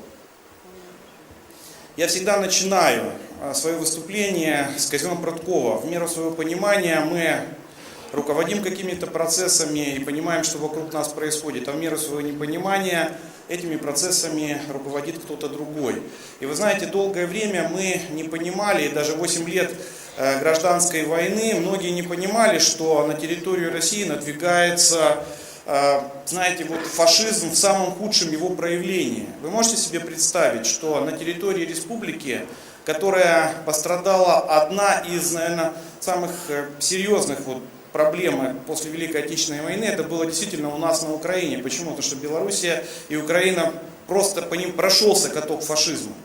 Что фашизм проявится на той территории, которая больше всего от него в свое время пострадала. Мы это понимали, мы об этом говорили, и мы хотим, чтобы то, что понимали мы, услышали в том числе и жители всей России. Следующий слайд. И мне тяжело об этом говорить, но я знаю о вот этом фашизме не по книгам о Великой Отечественной войне. Я сам на себе это ощутил, и вот хотел бы вам просто показать несколько вех своей жизни, которые меня как раз вот этой крайней формы проявления украинского национализма, она меня сопровождала всю жизнь. Я первый раз получил по морде от украинских мальчиков-националистов, когда мне было 7 лет, и я приехал в составе нашей семьи на свадьбу моего дяди, младшего брата моей мамы. И мне набили лицо на свадьбе моего родного дяди только за то, что я спел песню на русском языке «Миллион алых роз». Ну, наши дядья, конечно, вступились сами, ими и детям, и родителям досталось этих детей. Но сам смысл, то, что скрытая форма вот этого нацизма, она тогда уже бродила в умах на Западной Украине, потому что эта свадьба была в Тернопольской области. Я сам из семьи, которая была разделена вот этим национализмом, потому что отец у меня из Каменец-Подольского района Хмельницкой области, а мама у меня из Донбасса и Одесской области. Ну так получилось, это переселенцы, воронежские казаки, которые переехали во время переселения Украины, вернее, на территорию Украины. И меня, когда я ездил туда к дедушке, меня называли москальком. Ну, москаль. Это так называют бендеровцы, называют русских. А когда я приезжал оттуда, к мамину семью, меня называли бендеренком. И в конечном итоге это привело к развалу моей семьи, потому что были определенные идеологические разногласия, даже с учетом того, что мой дед по папиной линии ветеран Великой Отечественной войны, который дошел до Берлина, был директором школы после Великой Отечественной войны, спал с моей бабушкой и с автоматом в одной постели до 1956 года, и у них была договоренность, это мне дед рассказывал, что когда придут бендеровцы, то я сначала стреляю, дед говорил, я должен был застрелить жену, застрелить детей, а потом отбиваться до последнего патрона и последним патроном себя убить. Это мне рассказывал мой дед. Но тем не менее, даже он был пропитан вот этой галичанской идеологией, которая не позволила сохранить мою семью. Потому что, когда я был маленьким, отец ушел, в том числе из-за политических разногласий, потому что мою маму семья отца так и не приняла никогда. И потом был 91 год, когда я уже поступил в военное училище и впервые приехал по форме на Украину. И мы шли с мамой по Одессе, и ко мне подошла девочка-репортер и мальчик с видеокамерой, и начал задавать разные вопросы. И потом задали в конце один глупый вопрос, после которого я ошалел, но этот вопрос до сих пор врезался в мою память. А на чьей стороне вы будете, как военные, когда начнется война между Украиной и Российской Федерацией? Это 91 год. То есть тогда уже туда зашивались определенные нарративы, которые привели к тем событиям, которые мы сейчас видим на Донбассе. Но самый тяжелый период, наверное, был, это когда пришел представитель Западной Украины Ющенко. Вроде такой невзрачный президент с щербатым лицом, такой ущербный весь в себе. Но тем не менее этот человек за 5 лет расставил на территории Украины практически по всем областям руководителей всех уровней, начиная от силовых структур до государственного муниципального управления, руководства экономикой, финансами и так далее. И вот этот человек сделал самое непоправимое, потому что именно в 2008 году я, как молодой политик, ездил в составе делегации Российской Федерации на Украину. Я тогда впервые сказал, что будет война между Украиной и Россией. Я ошибся только на 1,5 года. Я думал, что первый срок Януковича они еще выдержат, а вот в 2015 году на перевыборах произойдут вот те события, которые произошли на Майдане в 2013 году. Я ошибся ровно на 1,5 года. И я вот хочу, чтобы нас слышали, что действительно мы столкнулись с очень серьезной бедой. И уже начиная с Януковича, с Ющенко и вот этого позднего Януковича, у нас начинается уже хождение нацизма на территории Украины. То есть преобладание вот этой крайне националистической формы. Почему это все произошло? А потому что украинские политики хотели усидеть на 2 креслах. Они за счет России, за счет средств субсидирования из России, они строили фактически нацистское государство, убивая там все русское, переписывая историю и так далее. И когда начался Майдан, я многим политикам украинским говорил, я говорю, ребята, если вы сейчас не встрепенетесь, то вы получите очень негативные последствия на своей территории. Что они мне сказали? Игорь, ты не понимаешь, у нас было 10 Майданов и все пройдет нормально. Что с этими людьми? 100% этих людей сегодня не во власти, некоторые находятся в тюрьмах, а некоторые пропали без вести. Их просто нет. А некоторые вынуждены жить в миграции, в том числе и в Российской Федерации. Вот к чему приводит иногда непонимание тех процессов, которые происходят на территории. Ну и дальше пошло-поехало. Когда был Корсунь-Шевченковский погром, симферопольцев, крымчан, которые поехали на антимайдан. Они поехали мирно протестовать, но когда они возвращались назад, их настигли бендеровские сотни, избивали людей, многие люди пропали без вести, многих людей, которые бежали, просто расстреливали и забивали битами. А потом была трагедия 2 мая в Одессе. А потом был звонок мамы, которая мне сказала: Игорь, а вы что, на танках собираетесь идти на Украину? Это о чем говорит? Моя мама родная мне это говорила, то есть воспринимала меня уже в какой-то степени как враг. Это о чем говорит? О том, что ведется против нас, и это незримое поле, ведется информационная война. А потом было 9 мая в Мариуполе. А потом, когда расстреливали полицейских, свои же азовцы расстреливали своих же полицейских за то, что они поддержали народ. А потом было 11 мая, и вот сейчас погиб Кива на территории России. А мало кто помнит, что он участвовал в расстрелах 11 мая в городе Красноармейск, в котором меня 3,5 года судили, когда я был в украинском плену. И заметьте, мы ему простили. Мы его приняли на своей территории. И кто его убил?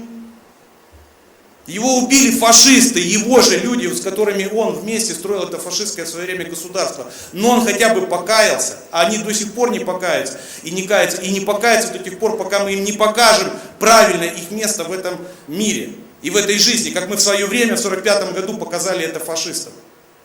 Вот что. И дальше, многие, наверное, знают, я железный зэк, я 4,5 года практически просидел в украинском плену.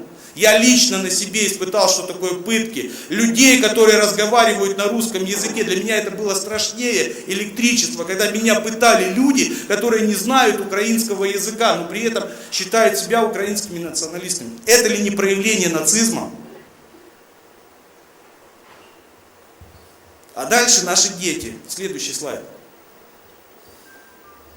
А вот это вот ребята, которые были сожжены в доме профсоюзов. И дочка Гены, она его никогда не видела. Знаете почему? Потому что она родилась 5 мая 2014 года. Ровно через 3 дня после того, как Гена сгорел заживо в доме профсоюзов.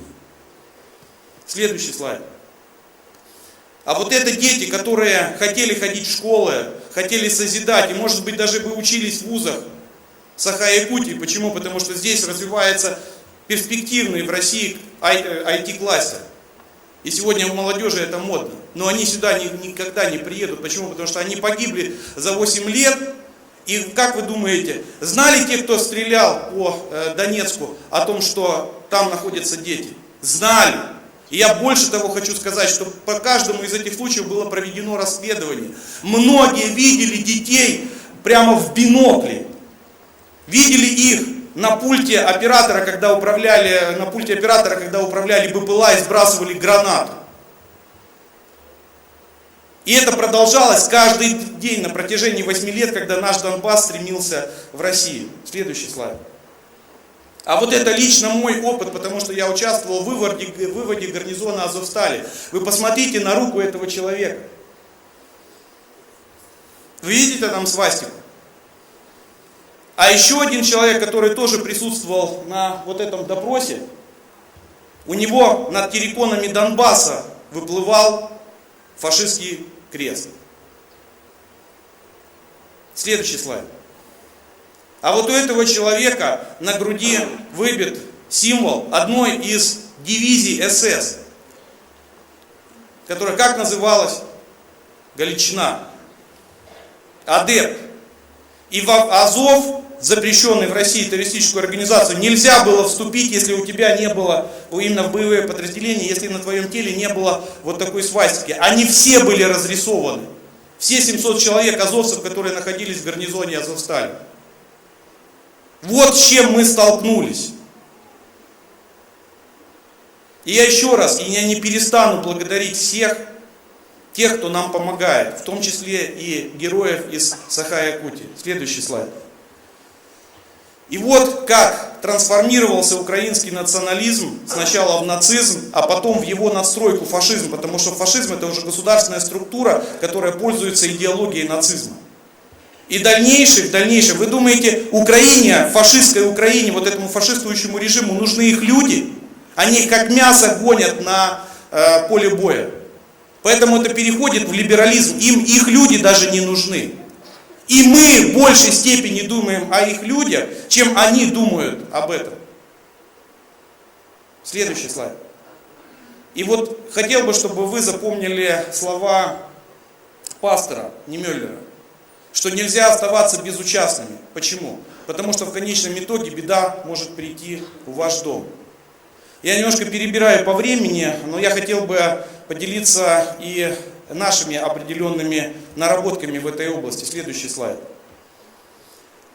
Следующий, это мы уже не будем касаться.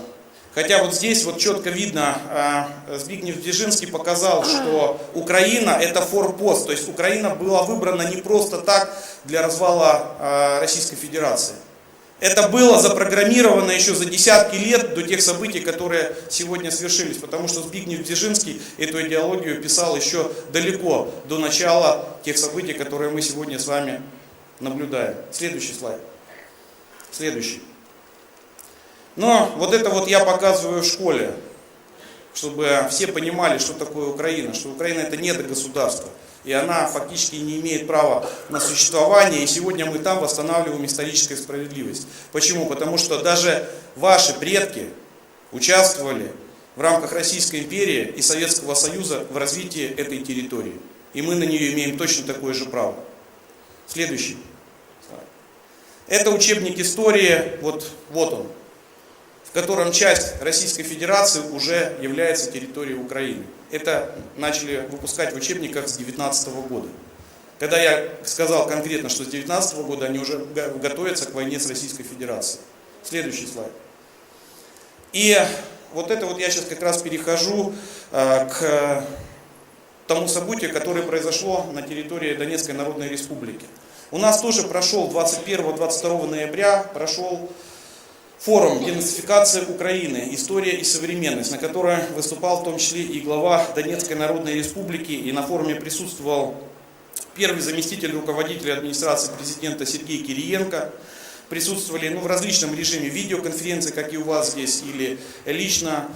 Присутствовала Симоньян, это руководитель информационного агентства «Спутник». Присутствовал Владимир Соловьев, Александр Проханов и представители нашей общественности и наших научных кругов. И у нас уже в университете, в Донецком национальном университете разработана концепция по борьбе с нацизмом. И мы в дальнейшем хотим сделать так, чтобы эта концепция появилась и у вас здесь, для того, чтобы мы вместе вырабатывали методологию борьбы с этим злом, которое надвигалось долгие годы на Российскую Федерацию, с которым нам сегодня надо сделать все, чтобы мы просто победили. И мы однозначно победим, но все зависит от осознания, насколько и от того, насколько быстро мы все это сделаем. Следующий слайд. И здесь есть вот цитаты наших руководителей, которые, наверное, нет смысла зачитывать, которые говорят о важности самой борьбы с фашизмом, о важности того, чтобы мы помнили свою историю и правильно ее интерпретировали, потому что от этого многое зависит. Потому что, смотрите, почему фашизм имел место и так хорошо развивался на Украине? А потому что, например, в учебнике истории от 10 класса здесь Бандера и Шухевич и их приспешники, они все являются героями. У них в школах, начиная с 11 класса, готовили детей к войне с Россией. Все знают, что Брэдли, БМП, американские, появились на поле боя только в этом году. А в этом учебнике 2019 года уже рассматривалась тактика взаимодействия подразделений вооруженных формирований Украины на БМП Брэдли. То есть кто-то в 2019 году уже знал, что фашизм украинский перейдет все границы и придет к нам. И Денис Владимирович Пушилин говорил очень правильные слова, что денацификация Украины закончится только когда мы фактически освободим все хутора на Украине. Почему? Потому что останется хотя бы один хутор, там будет стоять Хаймарс или установка, которая будет запускать ракеты Storm Shadow, и дальность этих ракет англосаксы будут постоянно увеличивать, потому что дальность этих ракет 650 километров. А наша с вами задача обезопасить границы Российской Федерации и создать тактическую глубину, которая врагу не позволит обстреливать нашу страну. И мы будем с вами делиться всеми нашими наработками, которые есть у нас по антифашистской деятельности. Потому что, еще раз подчеркиваю, Донбасс 8 лет шел в Россию, и 8 лет, когда он шел, подножки ему подставлял именно украинский нацизм и украинский фашизм. И я хотел, чтобы мы вместе победили эту гидру. Следующий слайд. Почему? Потому что, смотрите, война в рамках приоритетов управления на Западе находится на самом низком уровне. Самый высокий уровень – это мировоззренческий и исторический. И вот когда мы решим проблемы на мировоззренческом и историческом уровне, мы фактически решим задачу по консолидации нашего общества, и это обеспечит нам победу. Почему? Потому что, напоминаю, против нас ведется информационная война. И если линия фронта по горячей войне, по 6-му приоритету находится у нас на Донбассе, то информационная линия фронта, она проходит по всем субъектам Российской Федерации. И сегодня, разговаривая с вашими детьми, мы как раз на эту тему говорили. И дети сказали, да, действительно, мы на себе это тоже ощущаем. Следующий слайд. Еще раз слова Немеллера. Нам важно понимание и важно быть всем вместе, чтобы потом не оказаться один на один с каким-то серьезным противником. Следующий слайд. Ну и стандартно я заканчиваю. Враг будет разбит, нацизм будет повержен, победа будет за нами. И всем нам удачи на этом сложном, но очень важном для нашей страны пути. Спасибо. Спасибо большое, Игорь Владимирович. Очень интересное выступление. И вы перебрали по времени, коллеги, уже на полчаса у нас идет отставание.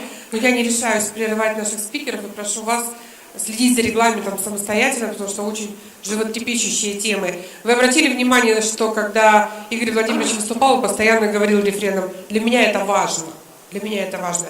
И я себя словила на мысли, что для меня, например, тоже очень важно, что Донецк теперь это часть России, потому что я родилась в Донецке, в маленьком городе Ясиноватое, и очень хочу, что... Да. Ну и, конечно, большое спасибо за слова, которые из ваших уст звучат в адрес жителей Республики Саха-Якутия и наших мужчин. Я с особым трепетом хочу пригласить к микрофону Героя России, народного депутата Государственного собрания Илтумен Республики Саха-Якутия, участника специальной военной операции, командира 1-го добровольческого отряда «Бодур» Александра Гавриловича Колесова. Добрый вечер, дорогие друзья. Я буду краток. Очень много сказано про современный фашизм. Но в моем понимании, если коротко выразиться, современный фашизм подается миру в совершенно новом соусе, под другими названиями, под другими знаменами радужными и под другими лозунгами. Но цель остается цель одна: уничтожить все русское, а значит уничтожить нашу страну. Понимаете, это все прикрыто красивыми словами: демократия, какие-то толерантность и так далее. Но мы все люди понимающие, чтим глубоко и очень твердо чтим свою историю, культуру, традиции. И знаете, мы не допустим, чтобы это произошло. Сегодня я хочу сказать пару слов в том, что здесь очень много участников специальной военной операции. Да, на передовой непросто, порой даже очень трудно. Это гибель, ранение наших боевых товарищей, ежедневные бесконечные обстрелы, сырость, иногда все фронтовые будни. Но осознание того, что мы, сражаясь с фашизмом, защищаем нашу страну, будущее наших детей, заставляет нас вновь и вновь подниматься и давать отпор нашему врагу. И я хочу сегодня выразить от имени всех бойцов, их родных и близких, наших жителей, самых простых, те, кто вяжут носки, там, плетут сети. Хочу поблагодарить волонтеров, которые находят время и, не считаясь ни с чем, вносят свою лепту. Хочу выразить благодарность руководству нашей страны, нашей республики, потому что они в авангарде, сегодня в России 90 регионов, в авангарде идут первой пятерки по оказанию такой могущественной помощи бойцам на передовой, их родным и близким. Понимаете, вот когда приходит помощь на передовой, мы, как никто другой, убеждаемся в правоте того, что мы делаем. И это дает нам силы. Сегодня несколько тысяч наших храбрых воинов наравне со своими боевыми братьями со всей России защищают нашу страну. Сегодня здесь находятся участники специальной военной операции, ветераны боевых действий. Сегодня здесь находятся сотрудники органов правопорядка, которые также, рискуя жизнью, работают на вновь новых субъектах нашей страны. Сегодня здесь находятся родные и близкие наших павших героев. Давайте поблагодарим и всех. Низкий вам поклон.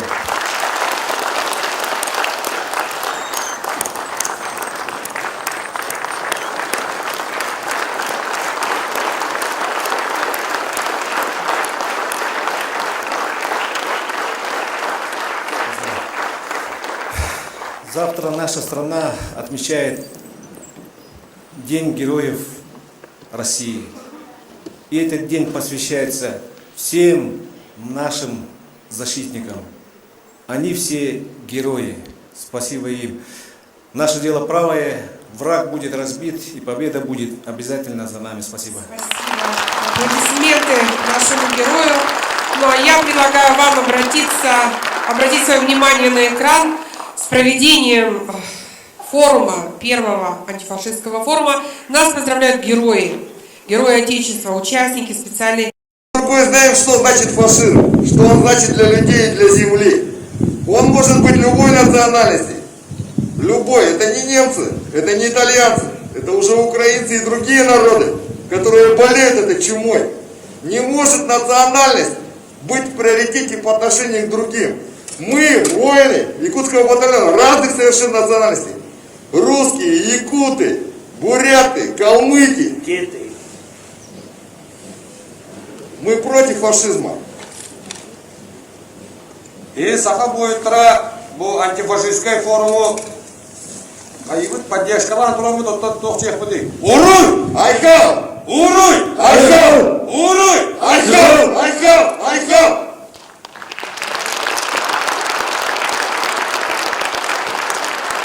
На встрече форума в Донецкой Народной Республике состоялся круглый стол коллектива территориальных опорных пунктов Республики Саха-Якутия по оказанию всесторонней помощи военнослужащим и доставке дополнительной помощи в снаряжении и обмундировании. Они направили тоже свое видеообращение. Внимание на экран. От имени опорных пунктов Единого координационного центра Республики Саха-Якутия, которые находятся на освобожденных территориях, мы приветствуем антифашистский форум, который проходит в Республике Саха-Якутия. Вместе мы сила! Сила правде! Уруй! Айхал! Уруй! Айхал! Уруй! Айхал! Айхал! Айхал! Ура! Спасибо большое. Мы продолжаем работу, соблюдая жесткий регламент. Переходим к выступлению буквально в 3-4 минуты, не более. Слово в формате видеоконференц-связи предоставляется муфтию Духовного собрания мусульман России Альбиру Рифхатовичу Кырганову. Мировые религии против идеологии нацизма и фашизма в 21 веке. Постараюсь за 3 минуты, как сейчас определили, но не знаю, как это успеть. Хочу поблагодарить от имени и собрания мусульман России и Общественной палаты Российской Федерации, моих коллег, комиссии профильной, от секретаря палаты, всех организаторов за проведение столь важного форума, антифашистского форума в Якутии. Хотел бы сказать о том, что 9 марта 2022 года в стенах Государственной Думы мы провели тогда первую такую после начала специальной операции «Круглый стол», конференцию «Мировые против идеологии нацизма и фашизма» 21 века. Потом уже 5 мая 2020 года по нашей инициативе в Луганске провели конференционные религии Донбасса против экстремизма и неонацизма. Министерство обороны проводило большую конференцию по противодействию неонацизму и фашизму. И вот Саха-Якутия сегодня брала столь интересных экспертов по мнению данной очень важной темы.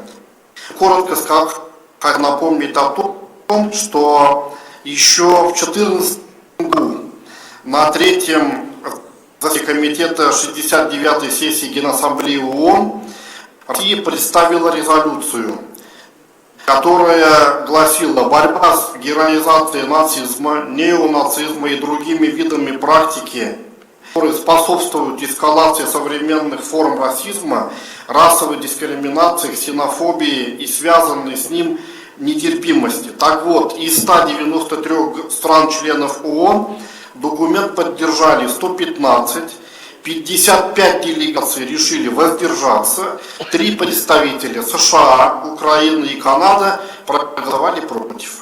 То есть позиция США и их лимитрофов Канады четко проявилась и определилась еще тогда. Все это вызывает, безусловно, у нас у всех тревогу, озабоченность, понимание необходимости сплотиться и поддержать политический курс нашего президента на свободное, суверенное России и защиту ее национальных интересов, дать достойный отпор проявлениям нацизма и фашизма.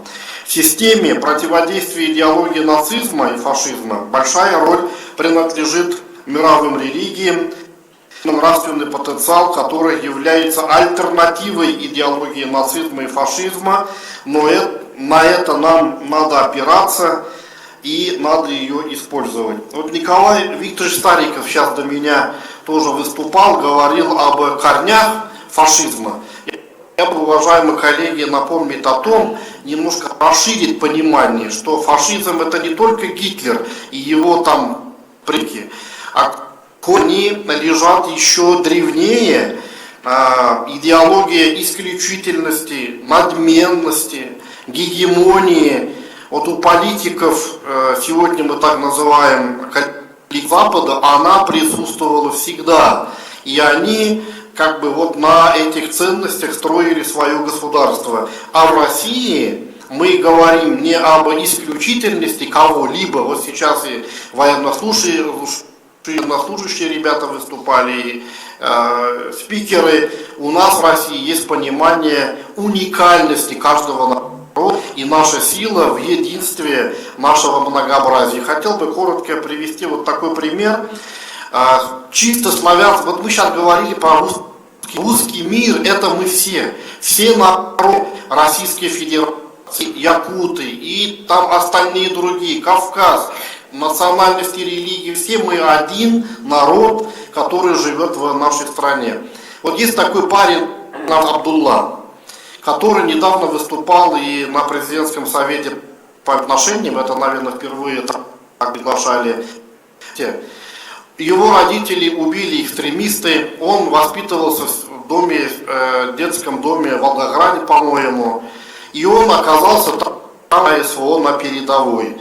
У него он оторвало 2 ноги, несколько дней не могли остановить кровь, потому что там часть взрывного устройства, и ему православный храм, батюшка пригласил людей, и несколько храмов людей сдавали кровь, чтобы его сохранить жизнь. И он этот говорит: я по рождению мусульманин, афганец, который воспитывался в России, но во мне течет русская главная кровь. Вот какой я, говорит, человек. То есть, понимаете, вот что у нас понимание на земле, какое единство, сплоченность наших народов, это, конечно, очень сильный фактор, который помогает нам сохранить наше единство. Я, конечно, долго благодарю вас еще раз за прекрасную организацию мероприятия. И наша сила в нашем единстве и во взаимоуважении всех народов. Спасибо. Большое спасибо за столь лаконичное выступление и содержательное. Регламент соблюдаем дальше. Коллеги, я очень попрошу всех, кто находится в зале, уважать спикеров и друг друга и перестать ходить по залу во время выступления. Спасибо большое за понимание. Мы продолжаем нашу работу. Слово предоставляется в режиме видеоконференц-связи члену-респонденту Российской академии наук, председателю комиссии Российской академии наук по технической безопасности Николаю Андреевичу Махутову. Тема выступления «Малолетние узники фашизма. История Великой Отечественной войны». Тоже очень попрошу придерживаться регламента. Буквально у нас есть в арсенале 3 минуты. Спасибо. Спасибо. Дорогие друзья, говоря о фашизме, я сегодня выступаю от имени малолетних узников фашизма, которые своими глазами, своими судьбами видели настоящих фашистов, пережили все, сохранили память и трудиться сейчас на антифашистском фронте. Я как ребенок встретил фашизм в 1941 году. 2 года жили мы в оккупации, а после Сталинградской битвы и сражения на Волге, когда началось отступление фашистов, нас, детей, женщин, забрали в заложники, и мы должны были сопровождать отступающие фашистские части, защищая их от нашей авиации, партизан, солдат. Я ребенком прошел примерно 9 километров летом, зимой. Было время, когда фронт остановился, мы стали не нужны, нас просто окружили на краю леса колючей проволокой, там не было бараков никаких. Мы стали ненужным материалом, и мы вот так жили с сентября по самый декабрь. Ясно, что люди умирали. Мне тогда ребенком было непонятно даже, что такое смерть. Мы проходили мимо людей, у которых закончилась жизнь, как мимо каких-то обычных вещей. Это страшное дело. Потом зашили налет, нас освободили, мы бросили рассыпную, бродили по белорусским лесам, фашисты старались нас поймать. Потом мы попали в партизанский отряд. 4 месяца жили на территории, которую контролировали партизаны. Далее этот отряд при следующем наступлении нашей армии попытался преградить путь отступающим фашистам, но весь отряд был уничтожен. Это 800 человек. Я помню этот бой. Вот нас опять схватили, и в конце концов еще примерно 3 месяца я прошел в этих страшных условиях по территории Беларуси, и Польши нас уже освободили. Поэтому, дорогие ребята, молодые, я к вам обращаюсь. Вот помните, что фашисты в своем плане ОСТ заявили: мы уничтожим государство с центром в Москве, но это не только это сделаем. Мы уничтожим русский народ, чтобы он никогда не смог больше поднять. Это было в плане ОСТ написано. И я не буду тут долго говорить. Были указания о том, что если перед вами женщина или ребенок, убивайте их, если это способствует вашей победе. Миллионы детей погибли в концентрационных лагерях, мы точную цифру не можем, но выживал всего-навсего 1 из 10. И вот память об этих страшных событиях заставила людей, которые прошли через эти застенки, в 1988 году объединиться в Международный союз бывших малолетних узников фашизма. Я 30 с лишним лет возглавляю этот союз.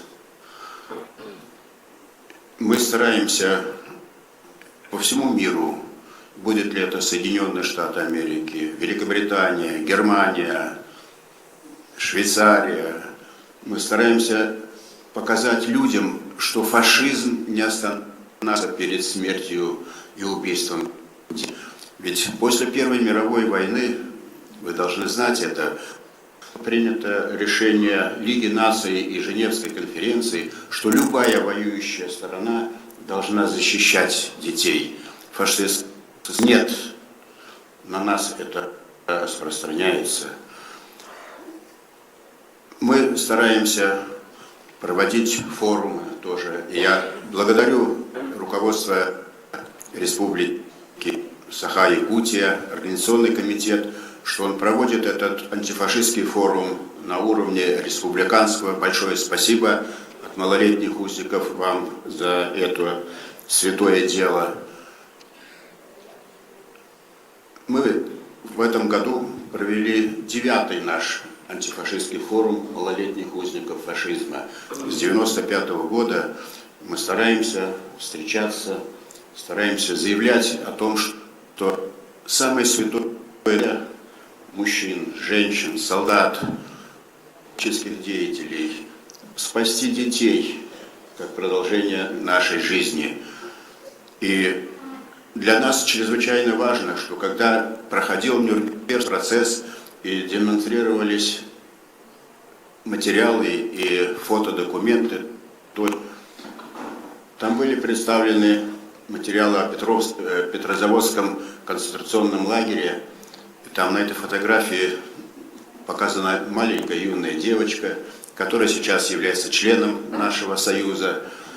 И мы бываем в странах мира, и лицо фашистам я вижу прямо в глаза, кто фашист, кто не фашист, это легко нам делать. Я заявляю, а зачем вы это все делали?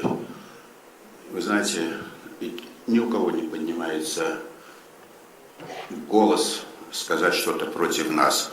Поэтому, дорогие мои друзья, здесь слайды, которые я готовил, может быть, пусть они пока продолжите без моего сопровождения. Посмотрите, вот фашист, убивающий женщину с ребенком на руках, это настоящий фашист. Справа внизу лежит ребенок, у которого на лбу вырезана звезда, как в годы гражданской войны. Концентрационные лагеря. Дальше, пожалуйста, следующее. Детей выкачивали кровь. Дети становились предметами псевдомедицинских экспериментов. Пожалуйста, следующие слайды. Скажем, выкачивалось так. Детей подвешивали какое-то время, потом подвешивали, надрезали у них ноги, и они так висели до тех пор, пока кровь не исходила из их телец. Пожалуйста, следующие слайды. Но для нас очень важно, что это попытались забрать тоже и наших детей. Около 50 тысяч детей были отобраны. Те, кто имел голубые глаза и светлые волосы, как арийцы, их хотели забыть фамилии, родителей, родной город. Они должны были стать кровью фашистской Германии. Пожалуйста, следующая картинка. Ну вот пришло освобождение. Мы всегда благодарны нам, офицерам, героям Советского Союза, а теперь мы искренне благодарим и героев России, которые сейчас, и вот выступал наш замечательный коллега, которые опять стали своей жизнью, своим телом берег фашистов. Пожалуйста, следующее. И вот потом, конечно, фашизм и в Ираке, в Корее, и в Афганистане. Пожалуйста, следующая картинка. И вот на Украине, даже на стране победителей опять гибнут дети. Когда мы возвращаемся к Нюрнбергскому процессу и говорим, что фашисты совершили преступления против человечности, мы говорим, но еще менее страшным, что они совершили преступления против человечества, против детей. Пожалуйста, следующее. Вот это вот плачущие дети Украины, малолетние узники помогают в Донбассе ухаживать за аллеями ангелов. Мы поддерживаем малолетних узников на территориях республики, на территории Луганской республики и в других местах. Пожалуйста, следующие картинки.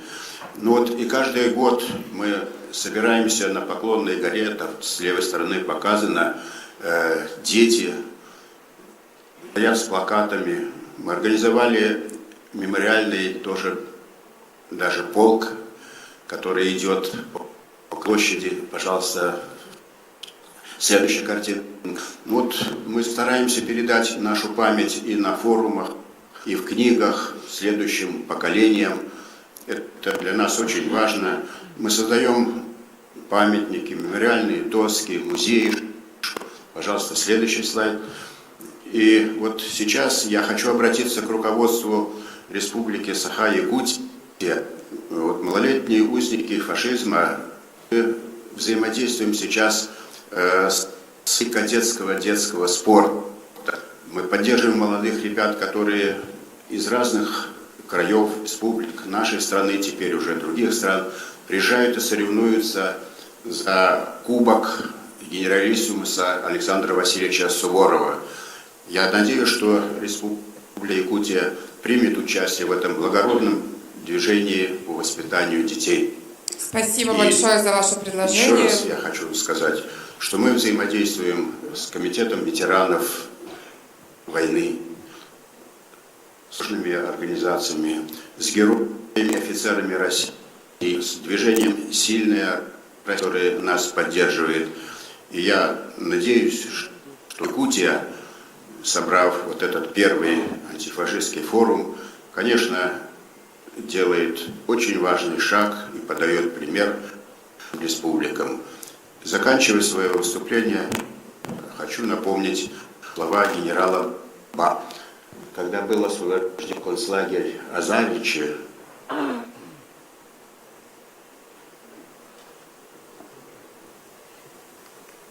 у нас, видимо, проблемы со связью. Николай Андреевич, большое вам спасибо. Мы двигаемся с вами дальше. Слово на этом форуме с большим вниманием слушаю всех выступающих. Считаю крайне важным, как специалист, обратить внимание на одну вещь. Если мы действительно хотим одержать победу не столько над противником и его идеей, а в основе любого противостояния в мире лежит противостояние идей, нам нужно понять корни идей нацизма, фашизма, которые мы сегодня обсуждаем. Духовные корни этой идеи лежат в жаждстве, свойственном абсолютно каждому человеку, к сожалению, как ненависть. Ненависть заложена в нас от природы, это темная сторона любви.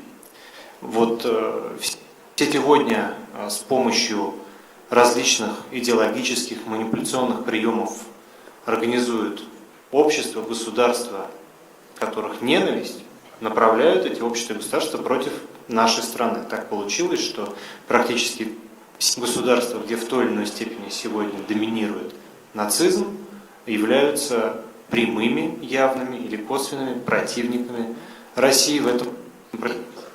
Что можно противопоставить ненависти? Конечно, любовь. И это не просто яркие какие-то слова, это не просто лозунги, потому что любовь всегда выражается в конкретных делах и конкретных. И я хотел внимание на то, каким образом волонтерство, поддержка наших военнослужащих, связи фронта и тыла позволяют нашим бойцам в тяжелейших условиях СВО продолжать выполнять свои воинские обязанности, свой воинский долг. Расскажу одну историю, потому что понимаю, что крайне ограничен по времени. Один из наших военнослужащих еще в 22 году не нашел в себе силы, чтобы выполнить боевую задачу. Он испугался. И его командир, вместо того, чтобы принять традиционные меры воздействия, построил все подразделение и заставил вслух, в голос, громко прочитать письмо Семилетки, которая висела у них в расположении. Вы знаете, что, я думаю, все дети из Якутии тоже это пишут. И вот когда этот боец перед строем своих сослуживцев дочитал до конца письмо, он заплакал и пошел выполнять боевую задачу. Вернулся уже героем, искупившим свое собственное малодушие. Не огромная материальная помощь, не какие-то чрезмерные нечеловеческие усилия. Письмо маленькой девочки повлияло буквально на ход боевых действий. Это яркий пример, яркая иллюстрация того, как может действенно противопоставляться ненависти. И так как ненависть к любви – это чувство вторичное, любовь существовала всегда, она была всегда раньше, это одно из имен Бога, то, конечно же, мы победим ненависть. Но только если будем иметь любовь, в первую очередь друг к другу.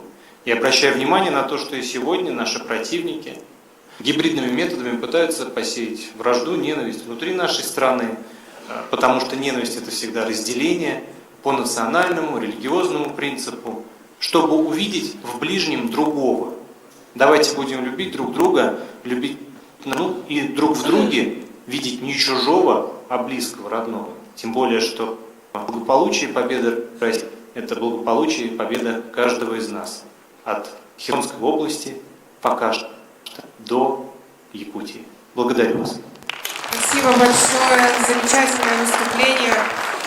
Слово предоставляется руководителю представительства Донецкой Народной Республики в Москве Ольге Александровне Макеевой. Тема выступления – традиционные ценности как механизм интеграции освобожденных территорий в российское культурно-образовательное пространство. Тоже формат выступления 3 минуты. Спасибо. Простите, у нас запаздывает звук, но с общим реакциям, наверное, я уже была объявлена. Добрый день, дорогие друзья. Благодарю искренне дорогих организаторов за эту идею, за такой замечательный диалог, очень эмоциональный, очень зрелый и сегодня так важный для России. Очень было яркое выступление Игоря Владимировича, поэтому я понимаю, что очень ограничено во времени, оставлю свой доклад и скажу вот о чем, дорогие мои. Сегодня прозвучало очень много смыслов о фашизме, о том, как он родился, какие его корни, как много было ими вложено сил моральных, эмоциональных, материальных для того, чтобы разрушить Россию. Но, дорогие мои, сегодня и завтра, и в нашем ближайшем будущем мы должны думать и о том, как искоренить, как бороться, как сделать так, чтобы наше молодое поколение было другим, могло противостоять. Ведь оно, я использую цитату оратора, не выросло на коленях ветеранов Отечественной войны, не слышало эти истории, не передавали из уст в уста. Поэтому как же сделать так, чтобы они понимали весь трагизм ситуации, когда твоя страна в опасности, и нужно буквально всем вместе, от мала до велика, встать на защиту Родины.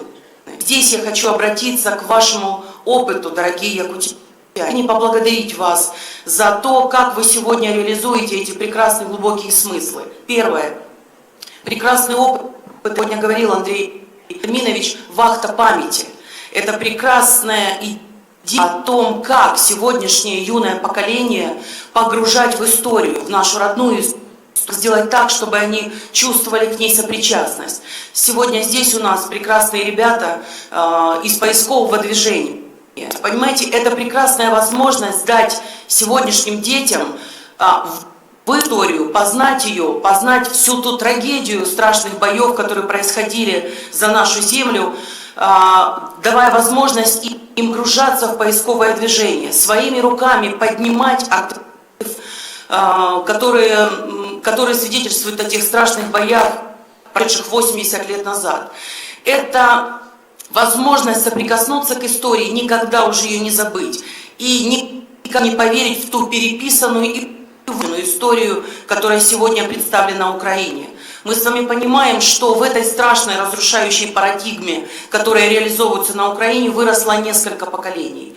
И наша с вами задача вернуть их, вернуть в настоящую историю, вернуть к настоящим героям, рассказать об истинных ценностях. Второй ваш опыт, дорогая Якутия, это прекрасный вариант, который вы использовали на выставке ВДНХ, когда в день Республики Саха-Якутия среди тысяч гостей появились самые герои, участники геройского экипажа Алеша. Море людское расступилось. Перед этими двумя, спасибо, я вижу ваши аплодисменты, хотя не слышу их. Расступилось море человеческое, потому что перед ними стояло два огромных богатыря. Огромных с точки зрения духа, силы и смысла. И каждый мужчина, присутствующий, и не только мужчина, присутствующий среди этого человеческого моря, подумал, а не слабо ли мне? А смогу ли так я? Это прекрасный ход. Дать возможность сегодня воспитать других, к сожалению, на других историях и на других псевдогероях, покопаться в себе и родить в мужчине мужчину. Прекрасный ход. Благодарю вас. Не просто ход, смысл. Еще один момент, мои дорогие. Теперь буквально каждому. Посмотрите, как много в нашей речи, не сегодняшней, я очень внимательно слушаю выступление и очень благодарна за то, что мы все не используем в своей речи иностранные словечки и англицизмы.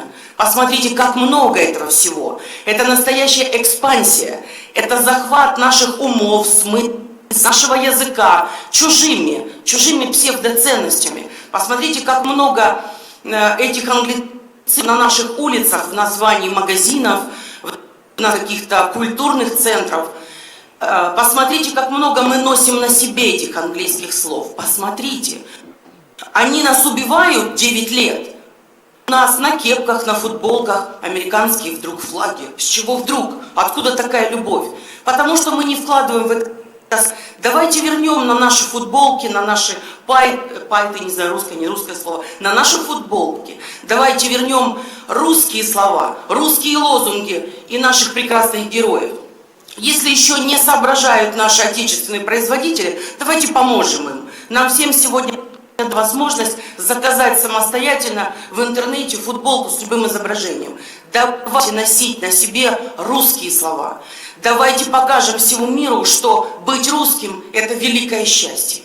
Давайте, мои молодые друзья, нести над собой гордо флаг Российской Федерации и демонстрировать всем, что русским быть – это большая честь. И что мы с вами, граждане Российской Федерации, самой лучшей страны на свете. Спасибо. Благодарю вас искренне, ангела-хранителя, и победного нам всем. Коллеги, у нас еще есть одно выступление, буквально последнее, в формате видеоконференц-связи. Слово предоставляется члену Общественной палаты Российской Федерации, председателю Координационного совета, юристы за права и достойную жизнь человека Александру Семеновичу Броду. Тема «Роль гражданского общества в противодействии неонацизму». У нас буквально 3 минуты. Добрый день, уважаемые коллеги. Хотел уточнить, я член президентского совета по правам человека. Я приветствую сегодняшний форум. Очень важно, что он проходит в Якутии.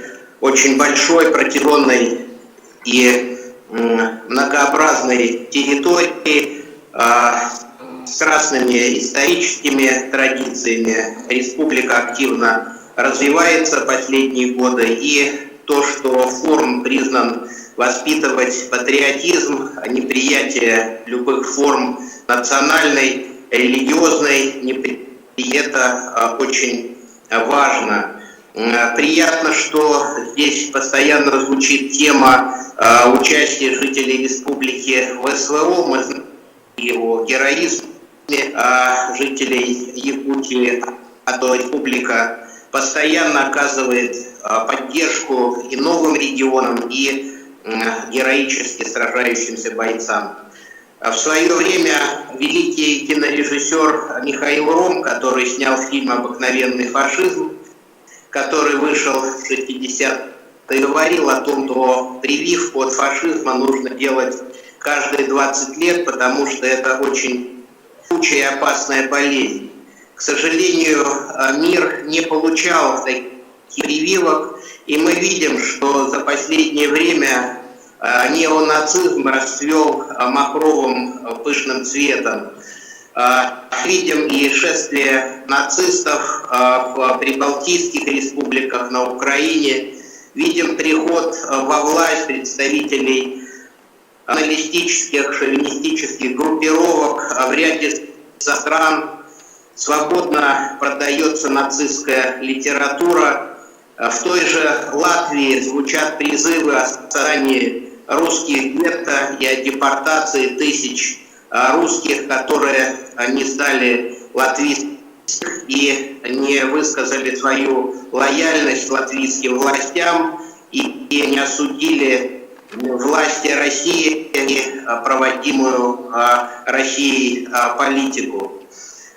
Мы видим за последние годы усиленная элиминация россиян и соотечественников за рубежом, нарушение мыслимых норм международного права, Всеобщая декларация прав человека, 75-летие, которое отмечается в эти дни, стала разменной монетой, и тема прав человека порой пользуется для давления на политических конкурентов, оппонентов, для инициирования оранжевых революций и свержения неугодных режимов. С этим нельзя мириться, необходимо объединить усилия гражданского общества, здравых политиков, правозащитников, юристов России и зарубежных стран, кто не хочет мириться с нынешней конструкцией, выстраиваемой Западом однополярного, где властвуют не права человека, а мнения определенных политических элит, которые схожи именно с неонацистской идеологией. Мы говорим о том, что народные правозащитные институты деградируют и необходимо отстраивать новую систему институтов. Очень важно, что в эти дни... У нас, видимо, опять неполадки со звуком. Аплодисменты в адрес члена Общественной палаты Российской Федерации. Коллеги, ну и у нас последнее выступление. Слово предоставляется начальнику управления культуры Нижнеколымского района, депутату муниципального района Нижнеколымский район, общественному деятелю, члену регионального комитета семей воинов Отечества, матери погибшего солдата Александра Зубко Альбине Алексеевне Винокуровой. Приветствую наших ветеранов, приветствую наших героев, родных, близких и, конечно же, наших организаторов, участников форума. Наши коллеги, выступающие, очень много сказали, и я буквально вчера прибыла с Нижней Колымы, это самый арктический наш район нашей республики Саха-Якутия. Спасибо организаторам за приглашение. Я полностью согласна с вышесказанным. А почему? А потому что это частное, наболевшее, как бы это больно не было, я хочу это донести. Сейчас, в 2013 году, дядя Александра на свой страх и риск выехал на Украину и забрал прадеда Александра. Прадед Александра проживал в Западной Украине и был ярым приверженцем. И так получилось, что Александр, позвонив перед началом специальной военной операции, сообщил о том, что «мама, все серьезно. Ты не понимаешь, насколько все серьезно. Или мы, или нас». Сейчас Александр вместе с своим прадедом покоится где-то в Арктическом районе, на северо-востоке, на Колыме. Вот это пример того, что мы сейчас видим. За сколько лет они готовились, чтобы уничтожить нас. Неважно, где мы находимся, неважно, кем мы являемся. В завершение своих слов я просто хочу зачитать свои стихи. Все думали, что нас это не тронет, что где-то там стоит вдали Донбасс, и каждый себе в мыслях не позволит, что где-то там борется за нас. Прошли года, аллея тот свидетель, тот геноцид, что братьев разделил, на берег правый и берег безрассудства. Он россиян всех крепче объединил. Теперь мужчина каждый может прийти на помощь матушке Руси. Теперь ребенок каждый может сказать, что это было от души. Мы будем биться вместе, дружно, всей клеточки и плоти до крови. Восстанем вместе, станем твердо за будущее, для дома, для Руси. Спасибо.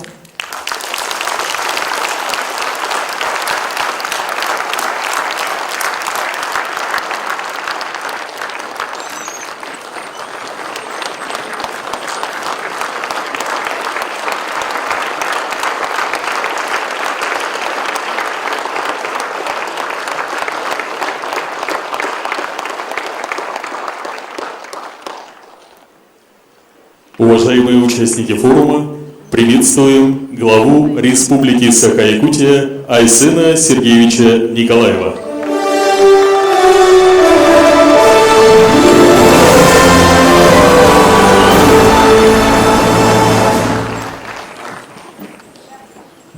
Добрый вечер, уважаемые участники Первого республиканского антифашистского форума.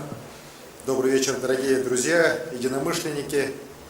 78 лет назад победой над фашизмом закончилась Вторая мировая война. Казалось бы, уроки этой самой кровопролитной в истории человечества войны должны были навсегда избавить нас, человечество, вообще от понятия фашизм, самой идеологической, человеконенавистнической идеологии, которая рождалась на нашей планете.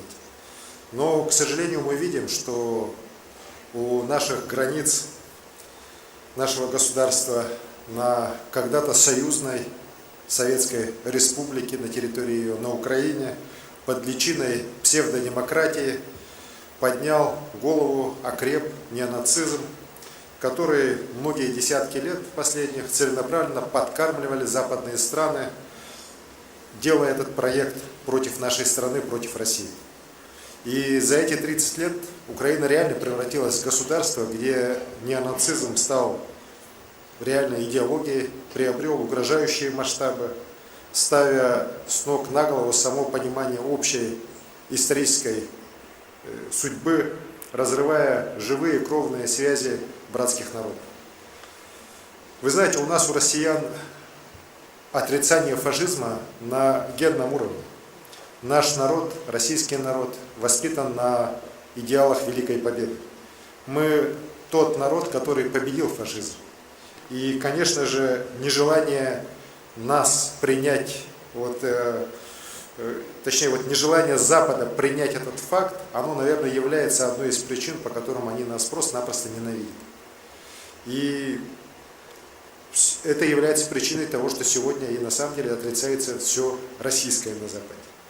Мы должны сделать все, чтобы сохранить память о нашей великой победе, чтобы уроки истории не были стерты из памяти, чтобы человечество ясно и четко оценивало итоги Великой Отечественной войны, итоги Второй мировой войны, снова, чтобы фашизм в любом ее обличии не стал угрозой всего мира. Я не знаю, сегодня говорилось об этом или нет, но 81 год назад, 6 сентября 1942 года, у нас здесь, в Якутске, в драматическом театре прошел народный антифашистский митинг. Андрей Александрович, вы рассказывали про это? Вот, уже успел все рассказать, так? Да. На этом митинге выступили поэт Владимир Михайлович Новиков, Кырнюк-Урастыров, зачинатель женского движения в Республике Советия Петровна Сидорова, одна из первых наших якутских драматических актрис Дарья Даниловна Слепцова, рабочие, бойцы Красной Армии, колхозники, интеллигенция. Вы знаете, в то тяжелейшее время никто не сомневался в нашей победе. Все были готовы на подвиг ради будущего своей страны. Я читал их резолюцию, и вот там слова мне очень понравились. «Никогда не потечет красавица Лена вспять, никогда не бывать советским народом рабами арийских извергов». Я искренне рад, что сегодня здесь, на Первом антифашистском форуме нашей республики, столице нашей республики, собрались активные неравнодушные люди, патриоты своей Родины, все те, кто искренне, всей душой не приемлет нацизм.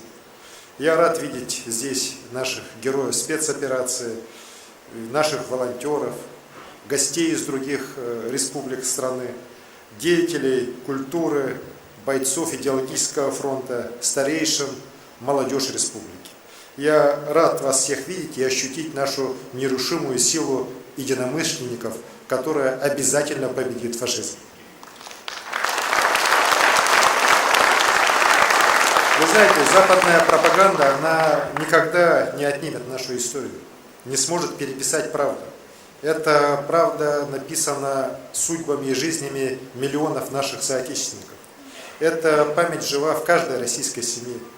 У нас в Якутии, у нас в целом в России, наверное, нет ни одной семьи, которой бы не коснулась война. И в каждой семье, сколько бы лет ни прошло, мы храним память о солдатах Победы. Еще раз напомню, из Якутии на войну было призвано более 62 тысяч человек. И 38 тысяч якутян отдали свою жизнь на фронтах войны за Отечество, за освобождение мира от фашизма. Якутия сражалась здесь, в тылу. В тяжелейших условиях мы продолжали давать стране золото, олово, пушнину, рыбу. Собирали средства на строительство танковых колонн, самолетных эскадрилей. И недаром указом нашего президента Владимира Владимировича Путина и в 2021 и в 2022 годах два, на самом деле, тогда существовавших наших крупных города, Алдан и город Якутск, они получили звание городов трудовой славы, доблести. Это высокая оценка самоотверженного труда якутян в годы Великой Отечественной войны. Сегодня мы снова защищаем нашу родину от неонацизма. Мы с первого дня спецоперации поддерживаем нашего президента. В это тревожное время мы вместе со своей страной, вместе с президентом боремся с украинскими фашистами. И, конечно же, якутяне у нас на передовой с первых дней спецоперации проявляют мужество и героизм. Все они настоящие герои, достойные наследники ратного подвига наших старших поколений. Мы гордимся каждым воином, мы гордимся нашими героями России, Александром Колесовым, Алексеем Неустроевым, Филиппом Евсеевым и Дмитрием Егоровым.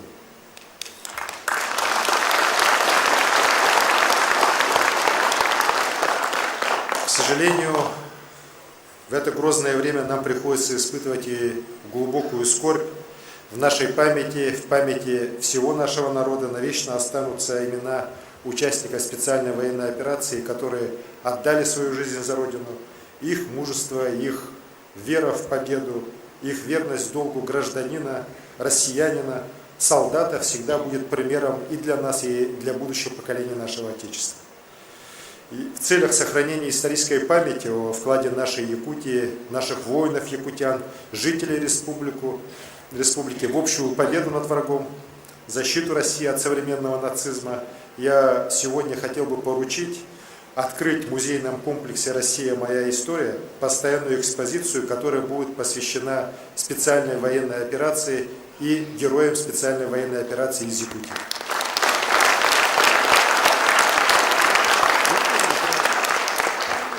Одной из целей специальной военной операции является, как говорит наш президент, денацификация Украины. Чтобы эта страна не превращалась больше в источник постоянной угрозы, чтобы коричневая чума больше никогда там не подняла свою голову. Мы все объединились ради общей цели, ради общей победы. У нас работает оперативный штаб в республике, создан единый координационный центр во главе с Андреем Сандомировичем Федотовым, созданы опорные пункты на новых территориях, строится и благоустраивается наш подшефный город Кировская. Я достаточно часто бываю на Донбассе, провожу много встреч, проверяю ход восстановительных работ, встречаюсь с нашими бойцами. И вы знаете, вот Кировская — это точно тот город, где Якутию очень любят и очень уважают. Именно за тот труд, за те достижения, которые наши ребята, наши строители за эти годы там показали и восстановили уже десятки объектов, благоустроили город. И город реально преобразился вот за эти немногие 2 года. Я помню, какой он был, когда мы туда заходили в прошлом году летом, и какой он стал сейчас. И огромная благодарность нашим строителям, нашим людям, которые помогают, нашим врачам, которые помогают не только жителям Кировского, но уже всего Донбасса по новой возвращаться к жизни, по новой видеть, потому что у нас там сейчас филиал нашей офтальмологической больницы работает. И вы знаете, с большой надеждой жители Кировского и всего Донбасса ждут скорейшего освобождения Донбасса, скорейшей нашей победы. И, конечно, все их надежды на будущее связаны только с Россией. И недаром вот в разговоре со мной наш президент Владимир Владимирович Путин, когда мы как раз разговаривали о восстановлении Донбасса, он очень просил нас, якутян, чтобы мы уже потом, после победы, не оставляли наши связи, чтобы мы их дальше укрепляли. И я его заверил, сказал: Владимир Владимирович, это же наши люди, как мы сейчас уже братья. Поэтому, конечно же, вот эта связь между Донбассом и Якутией будет только укрепляться, я в этом свято уверен. Хотел бы сказать о той помощи, которую оказывают якутяне здесь дома, на самом деле силами республики, муниципалитетов, граждан, организаций, учреждений, предприятий. Оказана огромная финансовая, материальная помощь фронту. И сегодня она оказывается очень на достойном уровне. Отправлены на передовую сотни транспортных средств, уже тысячи коптеров, электрогенераторы, средства связи, дополнительное высокотехнологичное оборудование. Тысячи маскировочных халатов, камуфляжных сетей, тысячи километров, которые здесь плетут тоже наши якутянки, тоже защищают наших бойцов, и им тоже огромная благодарность. Поэтому хотел бы сейчас сказать огромное спасибо всем нашим волонтерам, всем, кто помогает армии и флоту, всем членам, помогает членам семей наших воинов. Огромное вам человеческое спасибо за ваш труд. Конечно же, особая благодарность нашим волонтерам, которые сегодня помогают нашим раненым бойцам в госпиталях по всей стране.